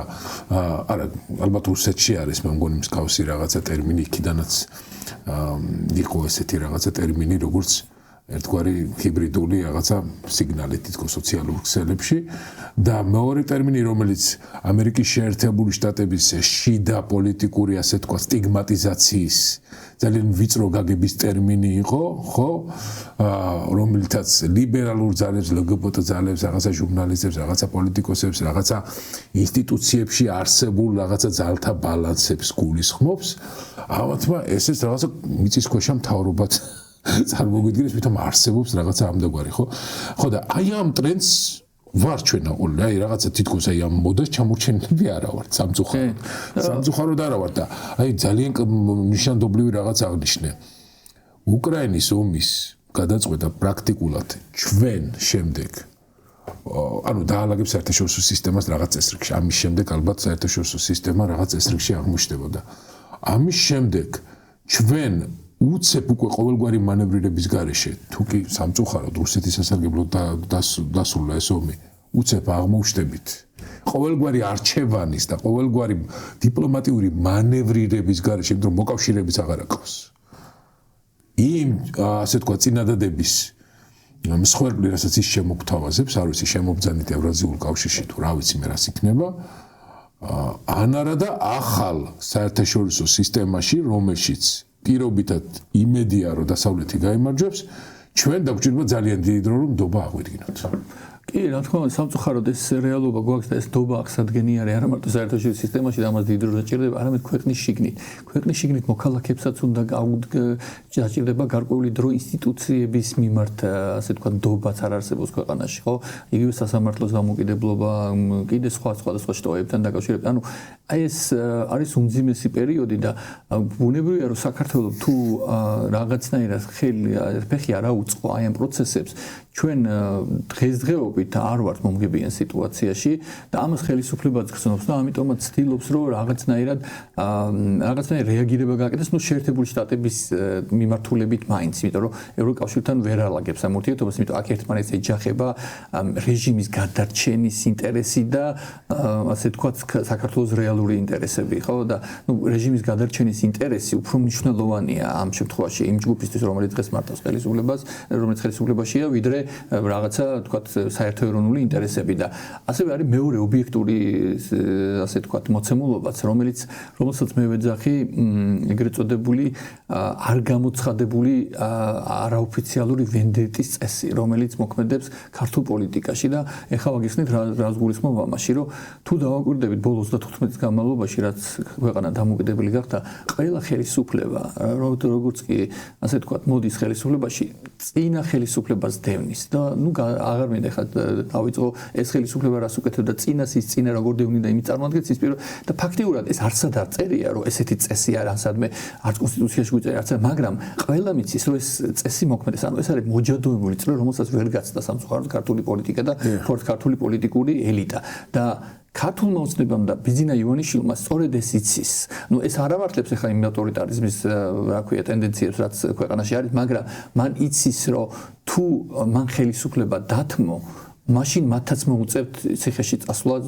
როგორც მოხდა თქვა ხელისუფლება ყოფილი ხელისუფლება რა თქმა უნდა ხა მე მესმის რომ ეს ადამიანი ასაკოვანია არ ვიცი 70 წლის არის ხო მე მგონი რაღაცა და მას არც სურს სხვა ქვეყანაში ხა იმიგრაციაში წასვლა კიდევ ბევრი რაღაც ალბათ პერსონალური მიზეზები ექნება მაგრამ რეალურად აი ამ სიტუაციაში არ არის გამოსავალი ასე თქვათ ანუ არავინ არ იცის როგორ გამოვიდეს ამ სიტუაციაზე მათ ხელისუფლების დათმობა არ სურთ და არ შეუძლიათ და ასევე აქ შიში იმიტომ რომ იციან რომ ეს ვენდეტის წესი აუცილებლად ამოქმედება და გამონაკლისი არ იქნება და ამავე დროს ჩვენ არა გვაქვს ასე თქვათ რაღაც კონსენსუსის კულტურა ხო რაღაცა ერთად დავჯდეთ მოვილაპარაკოთ რომ ეცი რა ეს იმიტომ რომ თუ ესე მოხდება ხო შემდეგ იმ ხელისუფლებასაც კიდე შემდგომი ხელისუფლება იგივეს გაუკეთებს და ეს იქნება დაუსრულებელი ამბავი და სანამ ჩვენ აი ამ რაღაც კულტურულ გადაფასებას არ მოვახდენთ ამ რაღაც პოლიტიკაში ხო საქართველოს ვერასდროს ვერ გახდება ასე თქვათ სტაბილური ქვეყანა და ვერც მისი პოლიტიკური სისტემა იქნება მყარი და რაღაცა ისეთი კონსოლიდირებული ხო და აი ამაზე არის საჭირო დღეს ასე თქვათ საუბარი და ეს არის არა მარტო ხელისუფლების და პარტიების და რაღაც საქმე ეს არის ჩვეულებრივი მოქალაქეების საქმე და შესაძლოა ეკლესიის ხო მართლმადიდებელი ეკლესიასაც შეეძლო აქ პოტენციური როლის შესრულება იმიტომ რომ მისი ავტორიტეტი ხო საკმაოდ მაღალია და ყველაზე გულდასაწყვეტი ის არის რომ აი მან ვერ გამოიყენა თუ არ გამოიყენა ეს თავისი გავლენა თქვათ ამ პოლიტიკურ ჯგუფებს შორის იმიტომ რომ ჩვენ ახლა შეიძლება განსხვავებული პოლიტიკური შეხედულებები ვიქონდეს ხო სხვადასხვა პარტიების ხარდამჭერები იყვნენ რაღაც მაგრამ ჩვენ ასევე გავიწყდება და ხელისუფლებას ავიწყდება პირველ რიგში რომ ჩვენ ერთი ქვეყნის მოქალაქეები ჩვენ უფრო ბევრი საერთო გვაქვს ვიდრე ის რაღაც გამყოფი ხაზები რომელსაც ხელოვნურად ავლებენ ხო ეს პოლიტიკოსები ხშირად და აი ეს ავიწყდება და არ უნდა დაგვაგვიძეს კიდე გეოპოლიტიკური კონტექსტი რომელზეც ჩვენ საუბრობ საქართველოსნაირ მცირე სახელმწიფოს არ აქვს იმის ფუფუნება რომ შენ საზოგადოება და ყველაზე ასე თქვა ცუდი ის არის რომ ხელისუფლება როცა აკეთებს ამას თვითონ რო ყოფს საზოგადოებას ხო ეს ამის ფუფუნება არ აქვს მცირე სახელმწიფოს იმიტომ რომ განსხვავებით ახლა თუ გადავხედოთ საერთაშორისო სისტემას ხო პატარა სახელმწიფოს არასდროს არ აქვს იმის ფუფუნება რომ მან თუ ერთხელ შეცდომა დაუშვა ეს შეიძლება მისთვის კატასტროფული იყოს ხო დიდ სახელმწიფოებს ამის უფლება აქვს თუ დაუშვე ერთხელ შეცდომა მას მეორეჯერ მესამეჯერ შეუძლია გამოასწოროს ეს ხო თქვა დავიღოთ ბევრი მაგალითად მანჯურიის ის არ რა ქვია დაყრობა ხო რაღაც მე როგორ დაიბრუნა რუსეთმა კიდევ რაღაც პატარა სახელმწიფოს ამის ფუნქცია არა შენ თუ იმ მომენტში ერთი შეცდომა დაუშვე აი თამაშები როა ხო რაღაც ერთი სიცოცხლე რო გაქვს და არის კიდე თამაშები რაღაც აი ზუსტად ესეთი სიტუაცია აი ამ დროს ძალიან მნიშვნელოვანია ეროვნული კონსოლიდაცია შენი მიზანი უნდა იყოს პირიქით ხელისუფლება პასუხისგებლიანი ხელისუფლების მიზანი სწორედ ის უნდა იყოს რომ მიუხედავად ამ განსხვავებისა შენ უნდა იყო შენ რადიკალიზაციაში კი არ უნდა ასე ვთქვა შეეჯიბრო სხვა პოლიტიკურ ძალებს იმიტომ შენ გას პასუხისგებლობა თუნდაც იმ მოქალაქეებზე რომლებიც შენი ვთქვა მომხრეები არ არიან და შენ უნდა ეცადო რომ ეს ეროვნული თანხმობის პროცესი დაიწყო და ამას ვერ ხედავ იმიტომ რომ აი ის საკლია ხო თითქოს აი პოლიტიკურ ზოგადად ძალებს და განსაკუთრებით ხელისუფლებას საკლია პასუხისგებლობის გარდა აი მოციფულობა ხო რაღაც აი სტრატეგიული ხედვა რომ აი რა უნდა იყოს რაღაც ესეთი და ხანდახან გონია რომ აი რაღაც რადიკალების რაღაც ჯგუფი არის ხელისუფლებაში იმიტომ რიტორიკას რო დააკუდებდე ეხლა მაგალითად რო არიცოდე ხო აი ვიღაცამ რო გამოაგზავნო შეკითხვები და მაგალითად უთხრას რომ თქვენი აზრით აი ამ სიტყვების ავტორები ვინ შეიძლება იყოს ხო ადამიანები ალბათ იფიქრებენ 10-დან ალბათ 9 იტყვის რომ ეს არის ოპოზიციის არის რაღაც რადიკალური ჯგუფები და ალბათ ვერავინ ვერ მიხვდება რომ ეს შეიძლება იყოს ხელისუფლების წარმომადგენელი და ეს ძალიან ვნებს ქვეყნის ინტერესებს და კიდევ ერთხელ ამბობ განსაკუთრებით იმ გეოპოლიტიკური მოცემულობის გათვალისწინებით რომელიც ჩვენთან არის პირიქით შენ ხელისუფლება უნდა შეძლოს რომ ერი გაერთიანოს იმ და რაღაც საზოგადოებრივ მედეგობას ასე თქვა ჩაუყაროს საფუძველი და თუ ესე ვერ მოხდა ბუნებრივია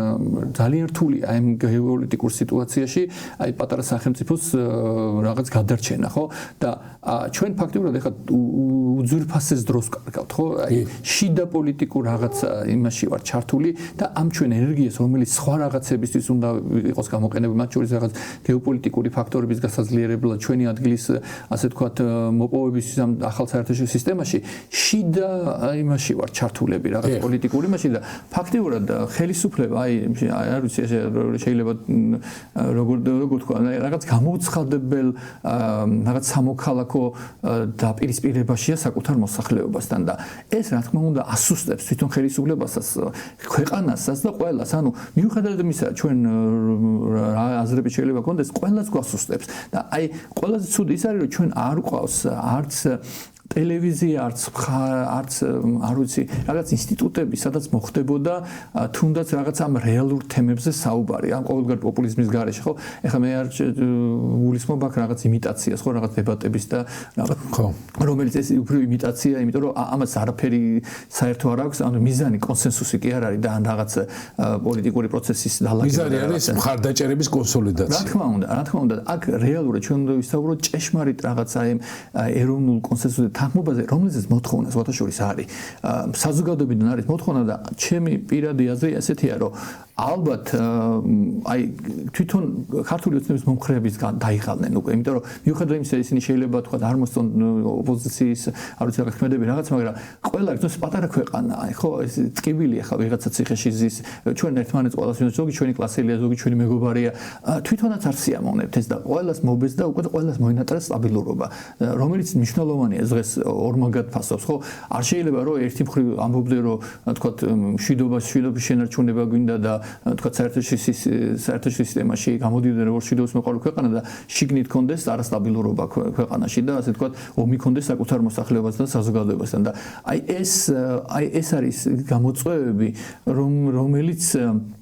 რომელიც მნიშვნელოვანია დღეს ქვეყნისთვის თუ ჩვენ აი ამ პრობლემებს არ მოვაგვარეთ ბუნებრივია ძალიან რთული იქნება ახლა საუბარი იმაზე რომ საქართველოს რაღაც პოზიციონირება როგორ იქნება ასევე გეოპოლიტიკური პროცესები ხო მათ შორის ეს ევროკავშირის გაფართოება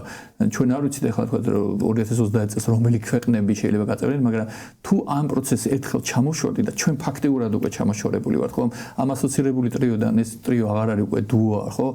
უკრაინა და მოლდოვა და ჩვენ ფაქტიურად იზოლაციაში ვარ და ეხლა მაგალითად სომხეთის ხელისუფლება ცდილობს რომ რაღაცნაირად საკუთარი თავი დაუკავშიროს იმ ახალ კალათას შექმნას რაღაც საქართველოსთან ერთად და ნუ ეს ახლა ისეთი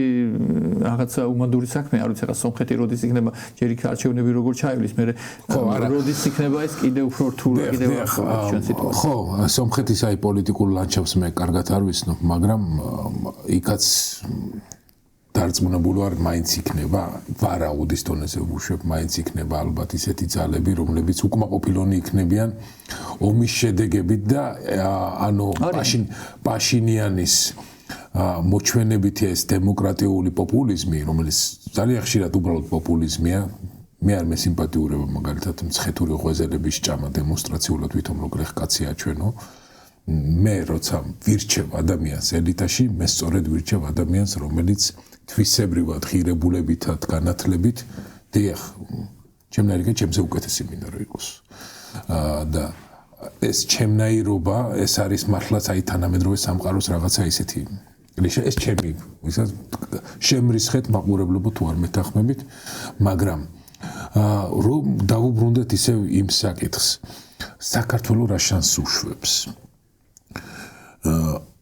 ჩვენ უკრაინის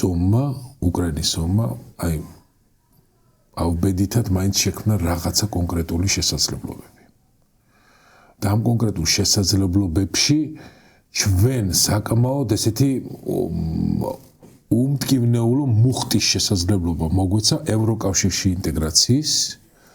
და რაც საერთოდ აღარ ფიგურირებს ჩვენს კონტექსტში, ნატოში კიდევ უფრო მეტი გაღრმავების რაღაცა პროგრამების ჩვენ შეიძლება ძალიან ოპტიმისტურები ვიყოთ, რომ ვივარაუდოთ ნატოში ინტეგრაცია, მაგრამ ამ კონტექსტში საკმაოდ შესაძლებელი იქნებოდა ქართული ჯარის კიდევ უფრო მეტი მოდერნიზაცია, ახალ პროექტებში და პროგრამებში ჩართვა, მეტი წარმომადგენლობა საქართველოსი ნატოში და აი ესეთი პერსპექტივები იყო. არავის არ უნდა გქონდეს ისეთი ილუზია, რომ საქართველოს ამ ომში მონაწილეობას მიიღებდა რომელიმე მხარეს კონკრეტულად მხარს დაუჭერდა რაღაცა. ამ შესაძლებლობებში იყო სტრატეგიული შესაძლებლობა, რომ საქართველოს სტრატეგიულად გამხდარიყო აქტუალური. პლუს აი ეს დერეფანის კორიდორი და იგივე პორტის საკითხი, რომელიც უაღრესად აქტუალური იქნებოდა. და ეს აქტუალურობაც აი ხელიდან გავუშვით და პრაქტიკულად აი ამ შიდა კონფლიქტებში ვარ ჩართული. მაგრამ აქვე მინდა ბატონო კორნელი გაგახსენოთ, აი ეს ტრამპის ადმინისტრაციის და ჩვენ არ შორდებით ამ თემას, ხო? ძალიან მარგინალური ინტერპრეტაცია თავად აი ამ უზარმაზარი ტრადიციის ინფრასტრუქტურის მიმართ, როგორც ევროკავშირთან მიმართებაში ტრამპის ადმინისტრაციის აბსოლუტურად რაღაცა უნდობელი, რაღაცა ლანძღვითი რეჟიმის ანალიზი ევროკავშირის ფუნქციისა და როლისა და ბოლო განცხადება ნატოსთან მიმართებაში, რომელშიც იგრძნობა, რომ ტრამპის ადმინისტრაცია და კერძოდ დონალდ ტრამპს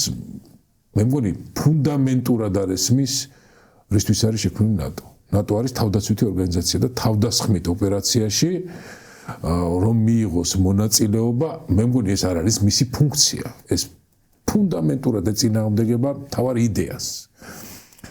აი ამ ვითარებაში როცა ევროკავშირი პრაქტიკულად ერთგვარ იდეურ პოლიტიკურ რაღაცა კონფლიქტში ამერიკის შეერთებულ შტატებთან.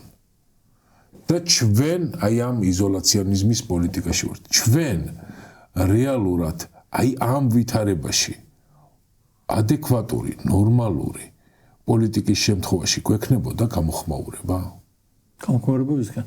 დასავლეთისგან. ხარდაჭერა ისეთი, რომელიც აი ამ ძალისხმევაზე ადეკვატური პასუხი იქნებოდა. რა თქმა უნდა, ეხლა არ უნდა დაგვაუწყდეს, რომ როგორ დაიწყო ეს ურთიერთობები, ხო? როგორც კი გაჩნდა შესაძლებლობა ამ ომმა გამოაჩინა შესაძლებლობა ევროკავშირთან ინტეგრაციის და მე პირადად ჩართული ვიყავი ბევრ ჩვენ კოლეგასთან ერთად, დავდიოდი ჩვენ 10-15 წლის უკან ევროპის დედაქალაქებში სპეციალურად რომ რაღაცნაირად შეხვედრები ჩაგვეტარებინა ეგრეთ წოდებულ think tank-ებთან, უნივერსიტეტებში, რომ უკრაინელებთან და მოლდოველებთან ერთად და მაშინ რაც თხოვლობდით, ну მაშინ აბსოლუტურად არარეალური იყო გაწევრიანებაზე საუბარი, იყო ევროპულ პერსპექტივაზე საუბარი და ну მაგალითად შედეგები იყო ესე, საფრანგეთში საერთოდ მოსმენა არ უნდათ ამის თავობაზე, ამბობდნენ რომ მოსახლეობა ამის წინააღმდეგები გაფართოების, გერმანიაში გისმენდნენ, მაგრამ ну შედეგი იგივე იყო რომ მოსახლეობას და ჰოლანდიაში საერთოდ განწყობები იყო სხვა და ამ დროს რევოლუციურად შეიცვალა სიტუაცია უკრაინის ომმა და გაჩნდა შესაძლებლობა რომელიც საქართველოსაც ასევე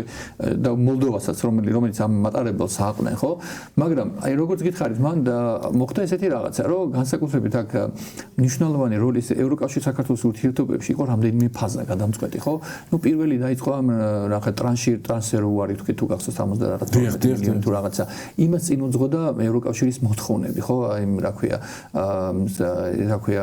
12 პუნქტი არა 12 პუნქტამდე ვამბობ ეხლა აი იმას რა ქვია იუსტიციის სამინისტროს რაღაც მართლმსაჯულების რეფორმებზე რაღაცა რაზეც ისა რა ფეხს ითრევდა ხელისუფლება შემდეგ მე მოხდა უკვე აი ამ თქვათ კრიზისი ხო სადაც შარმიშელის თელი მისია ჩამოვიდა მთელი ამბები მე 12 პრინციპი და აი ამ 12 პრინციპი და მე 9 დარჩა ხო აი ყველაზე პრობლემური სწორედ ქართული ოცნებისთვის აღმოჩნდა და ოლიგარქის რომელიც ამ რეჟიმის უკან დგას აღმოჩნდა ის ერთ-ერთი პუნქტი დეოლიგარქიზაცია ხო რომელიც მან ნახა რეალურად აღიქვა რომ ესე იგი მან ფაქტიურად ხელისუფლება უნდა დათმოს ხო რეალურად ამას თუ შეასრულებს და აი აქედან უკვე მანამდეც იყო დაწყებული ეს ეროზია და აქ უკვე აი როგორც მე გითხარით ერთმანეთს დაუპირისპირდა რეჟიმის და ამ პერსონის ინტერესები რომელსაც აქვს ინტერესი რომ განუსაზღვრელი ვადით მართოს ეს ქვეყანა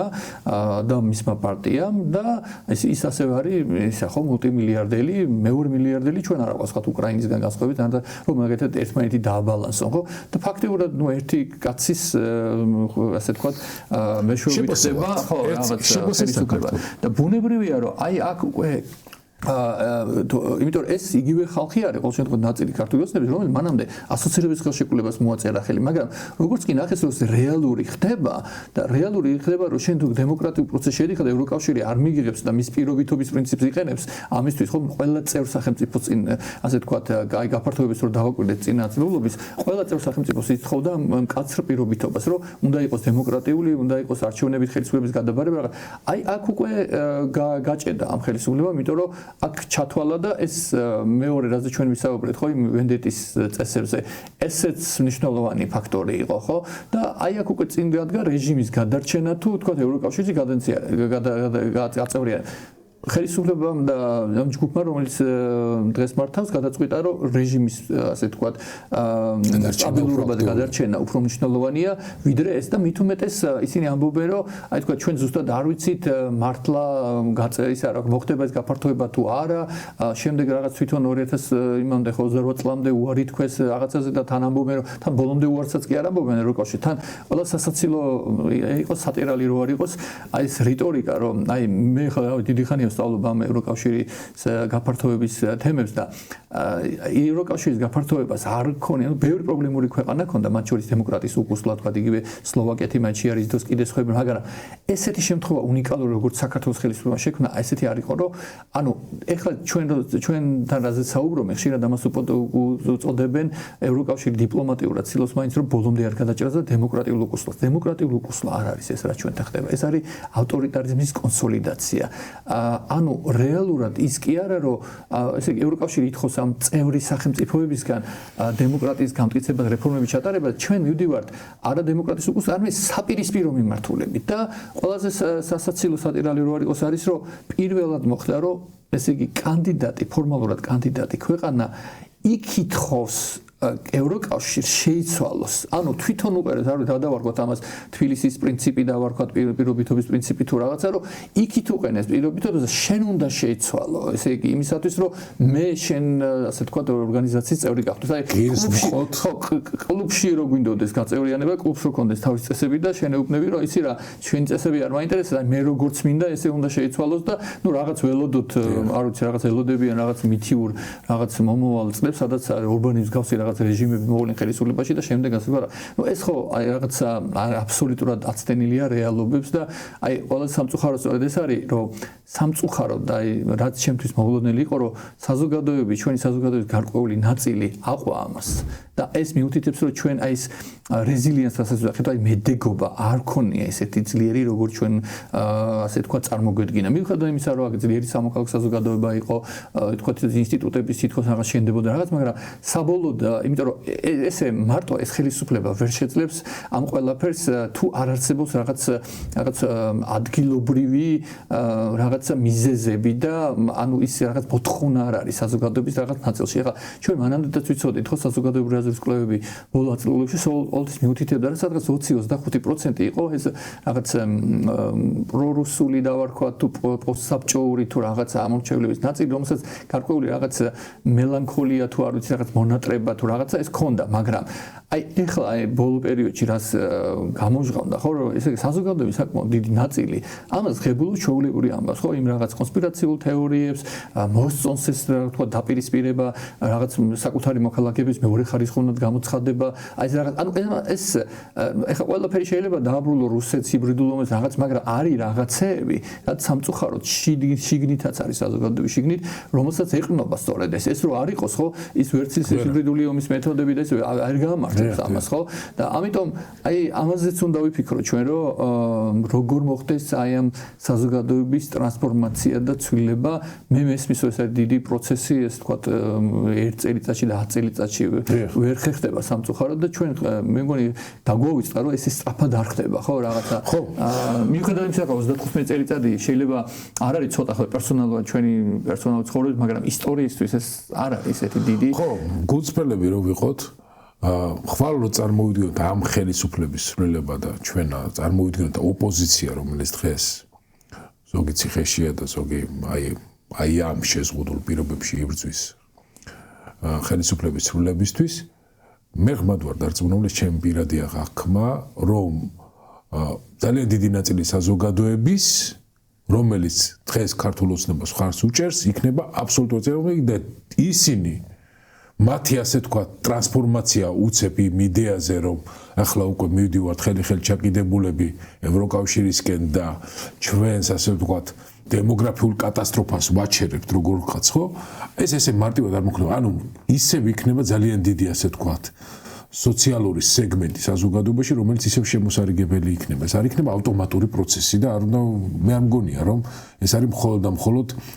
ერთი ოლიგარქის მიერ დაკვეთით შექმნილი რაღაცა განწყობები მართლა არსებობს სამწუხაროდ და სწორედ ამაზე უნდა იფიქრონ დღეს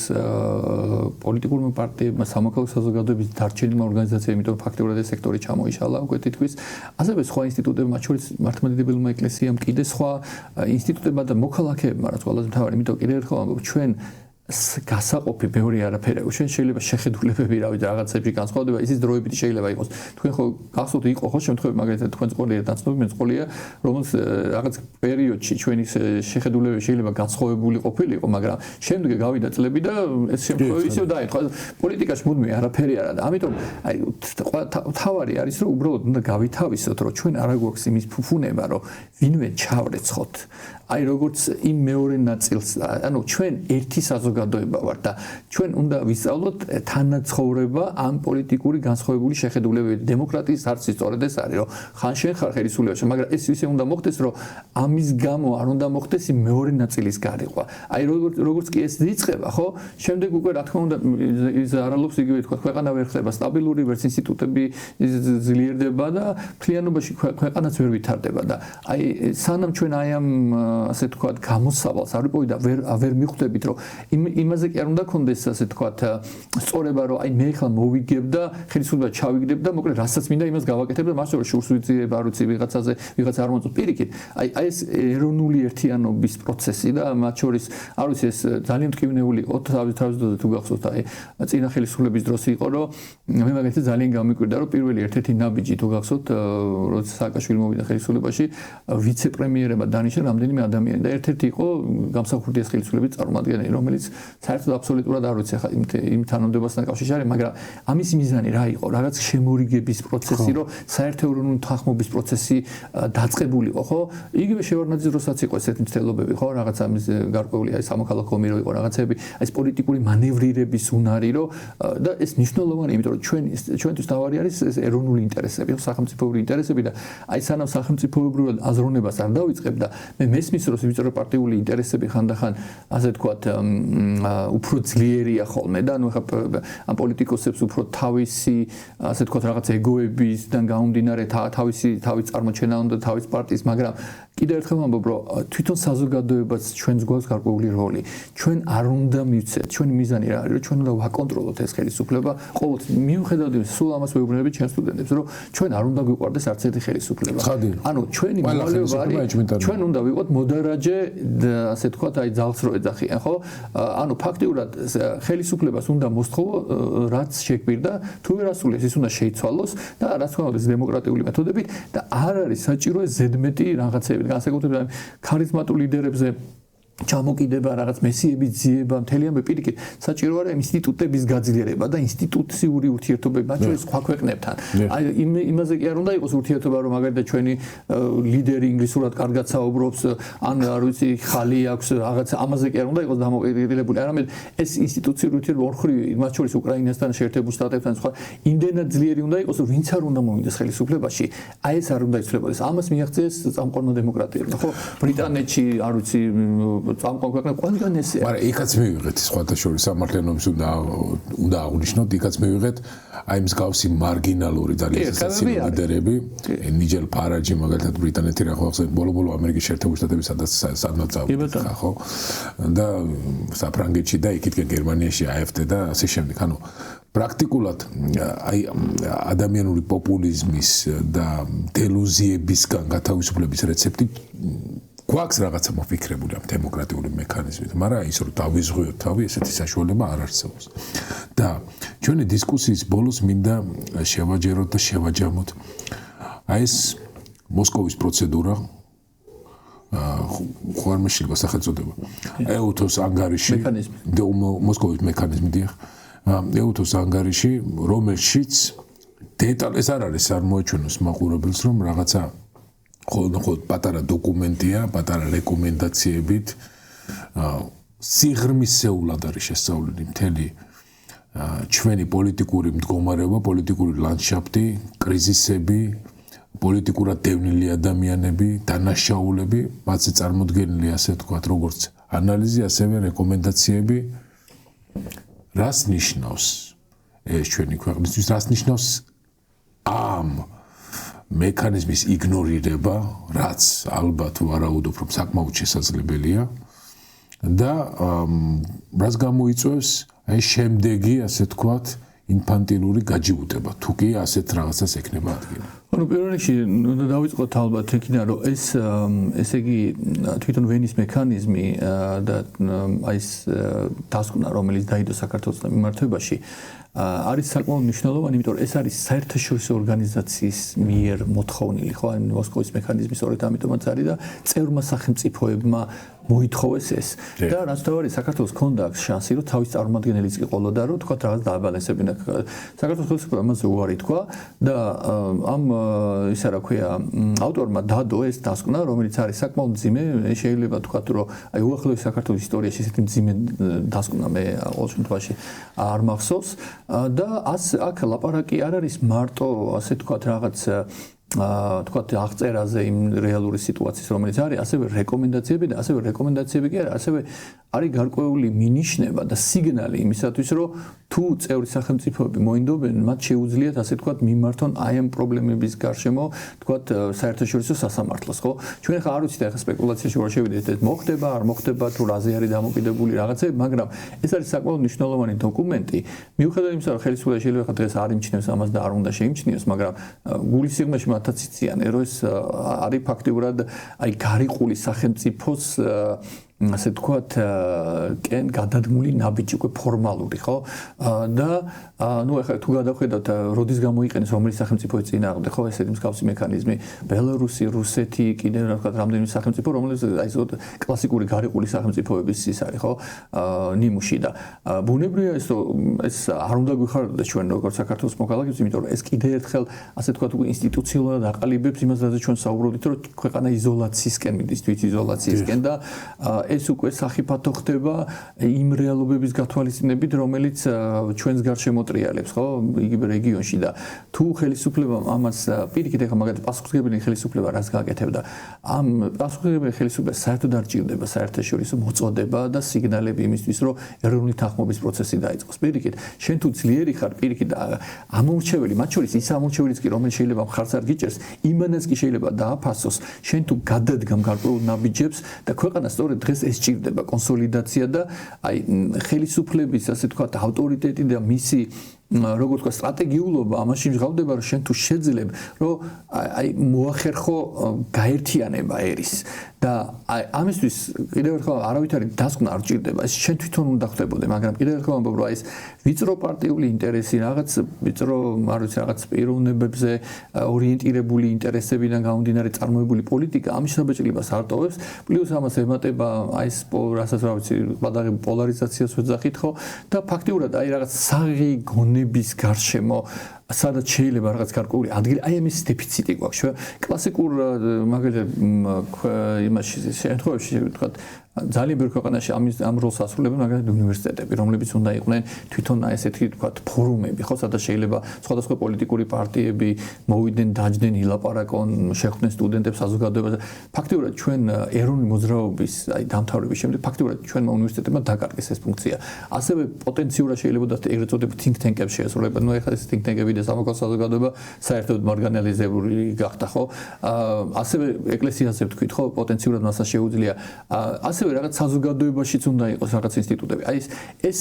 თუ არ დაიწყო ეს პროცესი, ხო, კიდევ ერთხელ ყველანი ვიზარალებს, იმიტომ რომ ჩვენ გვაქვს საერთო პრობლემები, ტვინების გადინება, მოსახლეობის დემოგრაფიული უმძიმესი მდგომარეობა, ეკონომიკური სიდუხჭირე, ანუ საერთო პრობლემები, ანუ როგორია, აი ერთ გემში რო ზიხარ და აი რო ვერ ხედავ რო ვერ ვძნობ რო ერთ გემში ხარ. მიუხედავად იმისა, რომ განსხვავებისა და აი რაც უფრო დროულად გამოფხიზლები და მე იმედი მაქვს რომ ეს დასკვნაც რაღაცნაირად რაღაც გულის სიღრმეში მაინც რაღაც გამომაფხიზლებელი ეფექტი ექნება ხელისუფლების და საზოგადოებისთვის და რაღაც ნაბიჯები გადაიდგმება იმიტომ რომ კიდევ ერთხელ ამბობ ჩვენ არ გვაქვს იმის ფუფუნება რომ ჩვენ აი ამ ძიმე ასე თქვა საერთაშორისო მდგომარეობაში აი რაღაც შეცდომები დაუშვათ და ჩამორჩეთ იმ პროცესებს, იმიტომ რომ თუ ჩვენს გარშემო ჩამოყალიბდება ეს საერთაშორისო წესრიგი და ჩვენ რეგიონში ჩამოყალიბდება წესრიგი, რომელიც ჩვენთვის არ იქნება მომგებიანი, ბუნებრივია ეს ასე თქვათ გავლენას მოახდენს შემდგომ თაობებზე და საქართველოს ასე თქვათ მომავალზეც, იმიტომ რომ ეს სწრაფად არ ხდება, ხო, რაღაც მერე ეს პროცესები ჩამოყალიბდება, იქ თუ გაიხსნა მეორე კორიდორი, რომელიც იქნება თქვათ ძირითადი, ეხლა საქართველოს თავისი პლუსები აქვს, თავისი გეოგრაფიული მდგომარეობიდან გამომდინარე, მაგრამ ამისთვის საჭიროა კიდევ ერთხელ ამბობ ეროვნული ერთიანობის და თანხმობის გარეშე ეს არ გამოვა. ხო, ანუ ჩვენ აი ამ ანგარიშის გამოცხადების თანამედროვე ძალიან საგანგაშო სიგნალი ვიგრძენით. მე არ მინახავს რა თქმა უნდა ასე თქვათ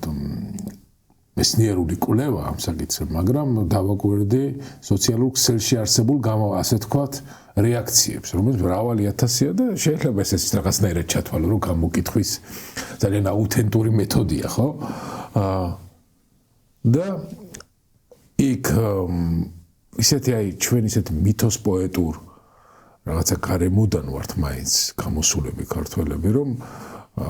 ეს განცხადებები თავიანთვის წაიკითხონ ჩვენ არ გვაინტერესებს რა სიტყვიან და აი განადამარცხებულის პოზიციიდან არამედ თითქოს ისეთი პოზიციიდან რომ ჩვენ ნიშნის მოგები ჩვენი თავი ჩვენადვე გვაყუდნოდეს ეს უილიამს სხვა კონტექსტით თქვა და აქ კიდე აბსოლუტურად სხვა კონტექსტით იგივე რაღაცა მნიშვნელობის გამოყენება მორალურ რაღაცა მითოსური რაღაცა არგუმენტების მოშველიება რომ იქ ზნეობის და მორალის ასე თქვათ მთელი ვაკხანალია და აქ ჩვენ სავანეს ვაშენებთ და ასე შემდეგ და აი ეს მითოს პოეტური რაღაცანაირი განაზრება სამყაროსი ხელს გვიშლის უბრალოდ აი ამ საერთო ნავში ყოფნის შეგრძნებას ან ეს საერთო ნავი როგორ წარმოგვიდგენია კიდე ამ განაზრებიდან ესეც რთული წარმოსადგენი აი მაგალითად თუ კი ვინმე ძალიან კონსერვატიული ხედვით ცდილობს რომ ეს საზოგადოება ბრჭყალებში გადაარჩინოს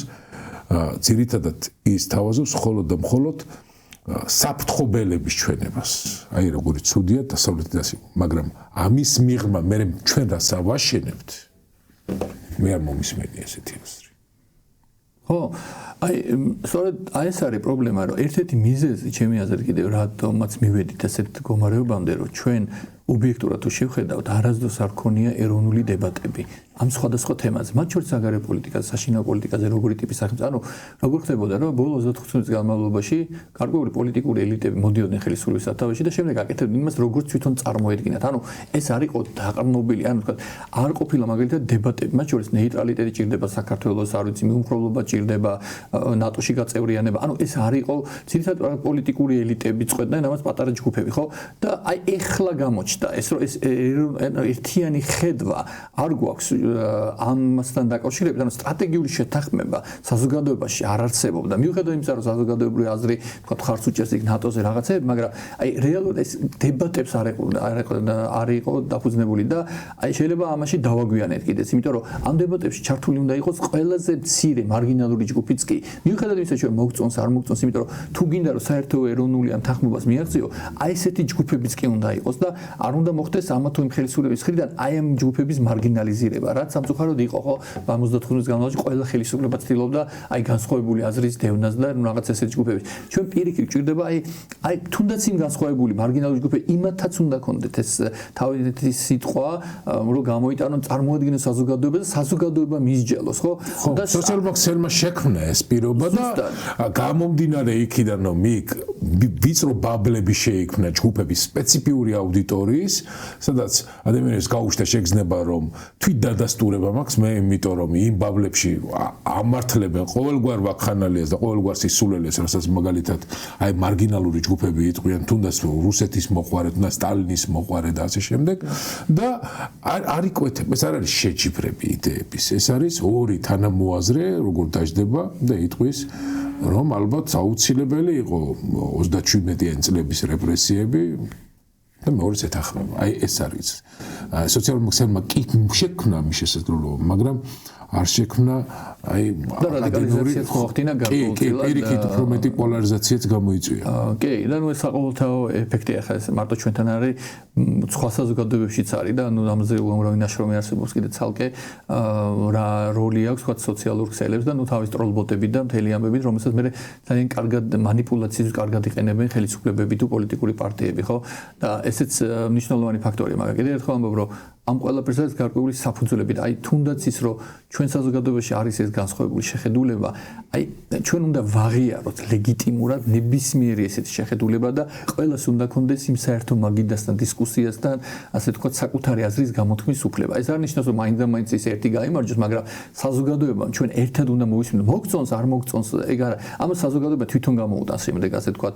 გამონაჩენს რომელი არის უფრო საღი, რომელი არ, მაგრამ ეს უნდა იყოს რაღაც იდეების შეჯიბრი, ხო, აზრთა შეჯიბრი, სტრატეგიულ ხედვებს შორის. ნეტავ ისეთი სიტუაცია იყოს, რომ სტრატეგიულ ხედვებში იყოს ისა და პარტიები იმაში ეჯიბრებოდნენ. მაგალითად, ჩვენთან საერთოდ ნიველირებულია, ხო, თუ გადავხედოთ, მაგალითად,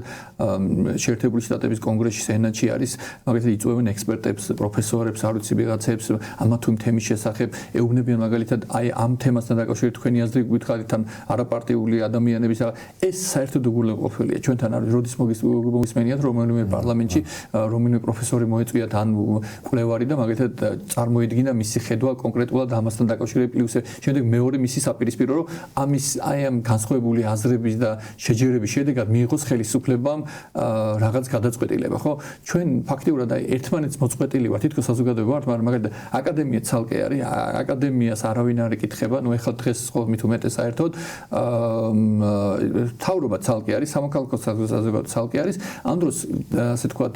წარმატებულ დემოკრატიებში ყველა ეს აქტორი ერთმანეთთან ურთიერთქმედებს და ერთმანეთს ეხმარება, რომ ყველა მაგალითად არის რაღაც საკითხები, რომელიც შეიძლება ხელისუფლებამ არ იცოდეს და იცოდეს მაგალითად სამოქალაქო საზოგადოება ან აკადემიურმა წრეებმა.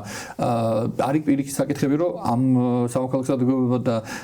აკადემიურმა წრეებმა არ იცის, მაგრამ თავრობამ აქვს განსხვავებული ფერმა, მაგრამ საბოლოოდ ეს ერთად უნდა იყრებოდეს, რომ საზოგადოების სიკეთისთვის წარიმართოს ეს და აი რეალურად აი ეს სისტემა ჩვენ ვერასდროს ვერ დავალაგეთ, იმიტომ რომ ცოტა მოსმენის პრობლემაც გვაქვს, ხო? ანუ ერთმანეთის მოსმენა ზოგადად არ გვიყვარს. ესეც ფაქტი არის და ასე ვთქვათ, ეს კონსენსუსისკენ მიდრეკილებაც ადვილი არ არის. თუმცა მე ასე არ ვეთანხმები იმ ადამიანებს, რომ აი რომლებიც ამბობენ რომ ქართველებს არ შეგვიძლია რაღაც კონსენსუსი და ესე იგი ეჭვიეპარება რომ ჩვენ შეგვიძლია მაგალითად ესე იგი კოალიციური მთავრობის შექმნა და რაღაცეები გადავხედოთ ისტორიას თუნდაც პირველი რესპუბლიკა მართალია 3 წლით იყო ხოლმე მაგრამ ის ხო პირველი კოალიციური ხელისუფლება იყო ეს ნიშნავს რომ ესეთი ტაბუები არ არსებობს ესე ქართველებსაც შეუძლიათ კოალიციური ხელისუფლება ისე რა ქვია და ბევრი სხვა რაღაცა ეს მაგონებს აი თავის დროზე რომ ამბობდნენ რომ ქართველი კაციო იმას რა ქვია ხოეც არ გაიკეთებსო მანქანაში რა ვიცი გავიდა წლები და ყველა დავდივართ ამ გვერდით ხო ანუ გამონაკლისი არაფერში არ არის უბრალოდ თავარი არის ნაბიჯები გადავდგათ ერთმანეთისა და ნდობის მოპოვება და ნდობის დაბრუნება არის ყველაზე მნიშვნელოვანი და აი ამის დეფიციტს ხედავ მე ყველა მხრიდან ხო ხელისუფლება ცალკე პოლიტიკური პარტიები ანუ პოლიტიკურ ოპოზიციას კიდე ასევე თქვა ცალკე პრობლემები აქვს სამოქალაქო საზოგადოებასაც იმიტომ რომ ნუ რაღაც კავშირები საზოგადოებასთან მნიშვნელოვანია მარტო ის ახლა მარტო პოლიტიკური პარტია გამოაცხადო და ასე თქვა შენ თუ არ გამოხატავ რაღაც საზოგადოებრივ რაღაც გარკვეული ინტერესის ჯგუფების ინტერესებს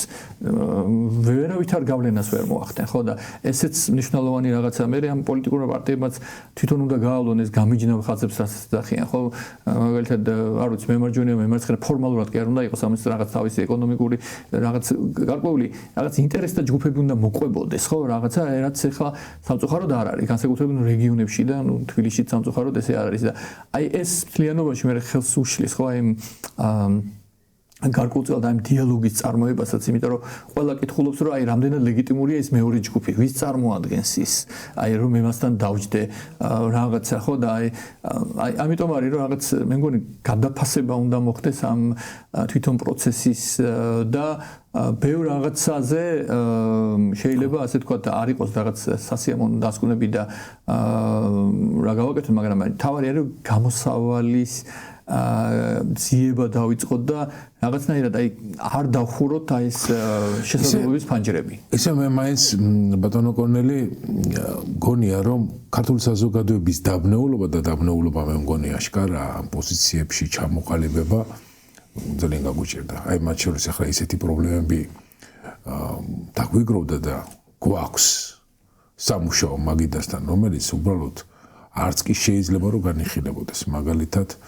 ემიგრანტებისთვის საარჩევნო უფლების ჩამორთმევა. ეს უბრალოდ რა ლოგიკით, როგორი საღი აზრით შეიძლება ამას დაეთანხმოს, შეუძლებელია, ხო? მაგრამ საზოგადოების რაღაცა ნაწილი გამომდინარე იქიდან, რომ ალბათ უფრო საფრთხეს იმაში ხედავს, რომ ეს ხელისუფლება შეიცვალოს, ამ საკითხზეც თანახმა არის. უნივერსიტეტებთან მიმდინარე პრობლემები. ახლა თქვენ ყველაზე კარგად მოგეხსენებათ ამ ორგანიზმში ხართ ბოლომდე ინტეგრირებული. მეც მუშაობ საუნივერსიტეტო სისტემაში, მაგრამ თქვენ უფრო მეტი ასე თქვათ მონაწილეობა გაქვთ. აქაც ძალიან რთული ვითარება და ამაშიც როგორ შეიძლება იყოს რაიმე საკითხში კონსენსუსი იმ ავანტიურებში როგორც იყო უნივერსიტეტების გაერთიანება, ილიას უნივერსიტეტთან დაკავშირებული აი ესეთი მიზანმიმართული უნივერსიტეტის მარგინალიზაციის მცდელობა, მაშინ როცა ეს უნივერსიტეტი აშკარად ლიდერია საქართველოში და რეგიონში მთლიანად ამიერკავკასიაში და ანუ რა კრიტერიუმებით ხდება აი ამ პროფილების, პროგრამების, თელეაკადემიური ასე თქვათ მოღვაწეობის გაქრობა და ჩამოწერა, აი რომელ მეცნიერულ ასე თქვათ პრაქტიკაში არის ეს მისაღები, ესეც გაურკვეველია, მაგრამ ისევ და ისევ საზოგადოების რაღაცა ნაწილი მე როგორც სოციოლოგი ვარაუდობ გამომდინარე ასე თქვათ სოციალურ ქსელებზე დაკვირვებით, ანალიზით რომ ამაზეც თანახმა არის ისევ და ისევ იმიტომ რომ ზოგს მიაჩნია თავარია დღის წესრიგი არ შეიცვალოს. აი ეს პოლიტიკური მეტაფორა არ აგარევინებთ, ბევრისთვის მართლაც რეალური ასე თქვათ რაღაცა პრობლემა. ხომ არ არის ქართული საზოგადოება აი ამ აპათიაში, ანუ დანარჩენი საზოგადოებას, რომელიც ნამდვილად უკმაყოფილოა. უკმაყოფილოა, მაგრამ მაინც უმოქმედოა. აპათიაში არის. ამ აპათიაში იმიტომ ხომ არ არის რომ აი უკრაინის ომი, ახლა უკვე ირანის ომიც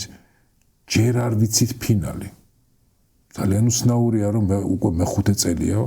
და უკრაინის ომის მიტელშპილში ვარ გაჭედილი, საჭადრაკო ტერმინია მაყურებლებს შევახსენებ, ანუ ენდშპილი უკვე დასკვნითი ნაწილია. ჯერ კიდევ შუა თამაშია. კიდე მაინც აი ძალიან უცნაურია მეორე მსოფლიო ომიც მე-4 წელიწადში უკვე სწორედ რომ ენდშპილში იყო აშკარად ჩანდა ვინ მარცხდებოდა. აშკარად ჩანდა. აქ კიდე აი პირველი მსოფლიო ომის აი 1914-15 წლებს უფრო გავს სანგრების ომი და რო არ ვიცით რა ხდება. ეხლა ეს ირანის ომი არ ვიცით კიდე როგორ განვითარდება ჩვენი ვარაუდი ის არის რომ სავსებით შესაძლებელია სამოქალაქო ომიც დაიწყოს იმ კრიზისის ფონზე და უფრო მძიმე ჰუმანიტარული კრიზისის შეიქმნას და ჩვენი აპათია აქედან ხო არ არის. არ ვიცით რა ხდება. რა თქმა უნდა, ეს ძალიან მნიშვნელოვანი ფაქტორია და ეს საარჩევნო ფაქტორიც გახდა ხო, წინა საარჩევნო, რომ არის საზოგადოების რაღაც ნაწილი, რომელსაც ჩვენც ვიცნობთ, თქვენც ვიცნობთ, რომელიც შეიძლება დღეს არ მოსწონდეს ესეule, მაგრამ აი ეს ეგრეთ წოდებული სტაბილურობა, ანუ ის რომ უბრალოდ რასაც ხედავს ის უკრაინაში ან ირანში, ხო, აი ამას რომ ხედავს და ეს ძალიან ახლოს არის, ხო, ჩვენ რეგიონთან ძალიან ბევრ მოქალაქეს რაღაცნაირად ცდილობს რომ თვალი დახუჭოს, თუნდაც იმ დარღვევებზე სისტემურ დარღვევებზე, რომელიც ქვეყანაში იმის რაღაცა და ეძებს გამართლებას, რომ აი თავარია რომ შევინარჩუნოთ, გადავრჩეთ და ნუ ამაში რაღაც ლოგიკა არსებობს, ხო, ყველას ესმის ეს და თავარი რაღაცაა და ამ აქედან გამომდინარე მოკლევადიან პერსპექტივაში ვერ ხედავს იმის საჭიროებას, რომ აი ეს ასე თქვა ესეთი სტაბილურობის მზად არის გარკვეული პერიოდი. თუმცა არ ვიცი ეს რამდენი ხანი გაგრძელდება, ამიტომაც არის რომ მიუხედავად იმისა, რომ ხელისუფლება ცდილობს ეხლა რომ რაღაცა გრძნობდეს რომ რაღაც მყარად არის რაღაცები, მაგრამ გარე ფაქტორებმა და შიდა ფაქტორების ცვლილებებმა შეიძლება ისეთი რაღაც გამოიწვიონ, რომ აი რომელიც შეიძლება წარმოუდგენლად ისა გვეჩვენებოდა. ამის კარგი მაგალითია სირიის მაგალითი, ხო, ვერავინ ვერ იფიქრებდა ეხლა სირიის სამოქალაქო ომი ფაქტიურად რუსეთის დახმარებით მოიგო, ხო, ასადის რეჟიმმა და ამის შემდეგ თუ ჩამოიშლებოდა ეს სწრაფად ეს რეჟიმი, არავინ არ იცოდა, ხო? ასევე ჩვენ არ ვიცით მაგალითად რა რეაქცია ექნება საერთაშორისო თანამეგობრებმა, მათ შორის საქართველოს რა გავლენას მოხდეს მაგალითად უნგრეთის არჩევნები. თუ დამარცხდა თქვათ ის რეჟიმი, რომელიც დღეს არის რა ეს თქვათ იქნება თუ არა რაღაცნაირად ამას ექნება თუ არა გავლენა ქვეყანაში და ამიტომ ესე როგორ თქვა, აი ყველაფერს, აი ჩვენს გარშემო რაც ხდება, მნიშვნელობა აქვს ომის თავარი უკრაინის ომი როგორ დამთავრდება და აი როგორ მოხდება აი ამ რეგიონალური გადანაწილება, ხო, რაღაც თქვათ სახელმწიფოებს შორის, თქვათ ევროკავშირის წევრი გახდება უკრაინა თუ არა და ეს ჩვენთვის ძალიან მნიშვნელოვანია, იმიტომ რომ მინიმუმ ევროკავშირის წევრი უნდა გახდეს, ხო, რაღაცა რასაც ცდილობს უკრაინის ხელისუფლება და ასე თქვათ საქართველოს აი სად იქნება ამ გადანაწილებაში. ეხლა ჯერჯერობით მე როგორც ხედავ, ესე მეჩვენება რომ საქართველოს ხელისუფლება ცდილობს რომ აი ამ ასოცირებულ ტრიოს ხო დაშორდეს და ისევ დაუბრუნდეს იმ ეგრეთ წოდებულ ნაცრისფერ ზონას, რომელშიც ვიყავი ჩვენ 15-20 წლის უკან და სადაც ძლივს გამოვიქეცით და აი იმას უბრუნდება იმის შიშით რომ აი რაღაც პასუხისგებლობა და რაღაც არ აიღოს საკუთარ თავზე და არ გახდეს ხილული, თქვა ამ რაღაც სახელმწიფოებს შორის. გარკვეულწილად ეს რაღაც შიში მე მესმის კიდეც რომ რატო აკეთებს და სიფრთხილეც შეიძლება ჩაუთვალო და რაღაცა რაც ბუნებრივია და შეიძლება ბევრ ჩვენ მოქალაქეს მოწონს კიდეც, მაგრამ აი სტრატეგია რა არის საბოლოოდ, ხო? აი სტრატეგია ეს შეიძლება რაღაც მოკლევადიან პერსპექტივაში ესე კონდეს, მაგრამ საბოლოო სტრატეგია არ უნდა იყოს დამყარებული, ის უნდა იყოს მართლა საერთო ეროვნულ ინტერესებზე დამყარებული და რაღაც ხედვაზე, რომელსაც საზოგადოების მოთხოვნებიდან გამომდინარე და ის არ შეიძლება იყოს ერთ ადამიანზე მორგებული ან ერთ პოლიტიკურ ჯგუფზე და აი აქ გვაქვს სერიოზული ასე თქვა გარღვევა და მით უმეტეს იმ პირობებში, როცა კონსენსუსი არ არსებობს საზოგადოებაში ამ თემაზე, ხო? და გიჭირს ხელისუფლების შენარჩუნება და ფაქტიურად არ ვიცი, კანონმდებლობას ღებულობ, რომ ესე იგი თუ არ მაგიარებ, დაგიჭერ, ხო? ანუ ისეთ იმამდე მივდივართ, ხო, რაღაცა. ეს ბუნებრივია, ესეთი პოლიტიკა ხელს ვერ შეუწყობს ამ ვერც სტაბილურობას და ვერც საზოგადოების კონსოლიდაციას. ამიტომ რაც უფრო მეტად მოჭიმავ ამ ასე თქვა ამ ავტორიტარიზმის იმას ხო რა ქვია ინსტრუმენტებს მით უფრო დიდია საფრთხე რომ ის უკან დაგიბრუნდება ხო ეს ბუმერანგის წესი რაც არსებობს და აი მე არ ვიცი როგორ ხედავს ამას ხელისუფლება იმიტომ რომ მუდმივი არავინ არ არის ხელისუფლება ისე როგორ წინა ხელისუფლებას ეგონა რომ ის მუდმივი იყო იმის წინა ხელისუფლებას ხო მაგრამ ჩვენ ხო ვიცით რომ ყველაფერს აქვს დასასრული და აი არ უნდა ესე იმაზე არ უნდა იფიქრო რომ რევანშის გზნობა კი არ უნდა შექმნა იმიტომ რომ რაც უფრო გააღიზიანებამ საზოგადოებას, რაც უფრო რადიკალიზაციას შეუწყობ, ეს პირიქით შემდეგ ასე თქვა შემოგიბრუნდება და ისე ბრუნდებით იმ ცნობილ ფორმულაზე, ხო, ამ ვენდეტის პრობლემაზე. აი, სადღაც ყველა მიცით რომ საბოლოოდ ამ ყველაფრის ამ შიდა კონფლიქტების გამოსავალი არის, ერთადერთი გამოსავალი არის კონსენსუსი, რომელიც საუკეთესო საშუალება იქნება არჩევნები, ხო, ყველა ქვეყანაში არის ესეთი კონფლიქტები, რა ხდება, ხო, რაღაც პარტიები ერთმანეთში ვერ მორიგდებიან, ინიშნება რიგარიში არჩევნები და ეს მიჩნეულია, რომ ეს არის გამოსავალი. ამიტომ რამდენიც არ უნდა იყოს ეს არჩევნები, მე მგონი ყველაზე ასე თქვა უფრო როგორ თქვა, მშვიდობიანი გამოსავალია, ვიდრე სხვა ალტერნატივები ხელისუფლების შენარჩუნების და აი აქამდე ვერ მივდივართ, რომ აი რაღაცნაირად აი ამ მოჯადოებული წრიდან გამოვიდეთ და აი რაღაცნაირად არ ვიცი ამას თუ ჩვენ კიდევ ერთხელ ამბობ ეს მარტო ამ ხელისუფლებას არ ეხება ეს ეხება წინასაც იმის წინასაც და ეს ანუ ეს რაღაც ეროვნული რაღაც თავისებურება არის ახლა მარტო ჩვენაც არ გვაქვს ხო ეს სხვა სახელმწიფოებში რეჟიმის ცვლილებები ბევრს აქვს რაღაც პრობლემად მაგრამ რაღაცაზე უნდა შევთანხმდეთ და საზოგადოებრივი შეთანხმება უნდა არსებობდეს როგორ უნდა ხდებოდეს ხელისუფლების შეცვლა ну ამაზე არსებობს დემოკრატიული თეორიები და ახალი გამოსაგონებელი არაფერი არ ჩვენგან არავინ არ ითხოვს რაღაც ახალი გამოიგონოს. უბრალოდ ამაზე უნდა შევთანხმდეთ ამ დემოკრატიული წესებზე, თამაშის წესებზე, რომელსაც ყველა პატივცემს და რაც კიდევ ერთხელ ამბობ გავიმეორებ, რაზეც ვისაუბრეთ, ხო? საზოგადოება უნდა იყოს ამისი ძირითადი გარანტი, რომ რა ვიცი, ხა მე პერსონალურად ხა შეიძლება სადავო იყოს, მაგრამ მე მაგალითად როგორც ამორჩეველი მხარს არ დაუჭერდი საქართველოს რეალობაში ნებისმიერი პარტია თუ მოვიდა ერთპიროვნულად, აი ერთი ვადის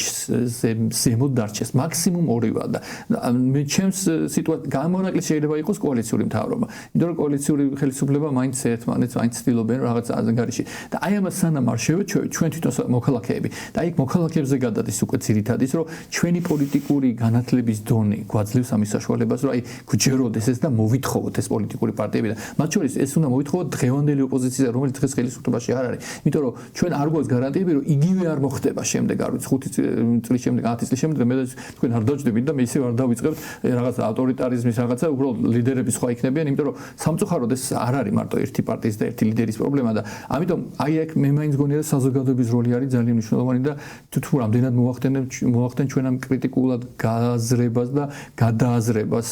აი ამ პრობლემის, იმიტომ რომ ამ პრობლემას ჩვენს გარდა ვერავინ ვერ გადაწყვეტს. ვერც საერთაშორისო ორგანიზაცია შეიძლება ეს მეგობარი სახელმწიფოები დაგეხმარონ, ხელი შეგიწყონ ყველაფერს, მაგრამ საბოლოოდ ეს ჩვენ მოსაგვარებელია და ჩვენ უნდა დავждეთ. მიუხედავად იმისა, მოგწონს, არ მოგწონს,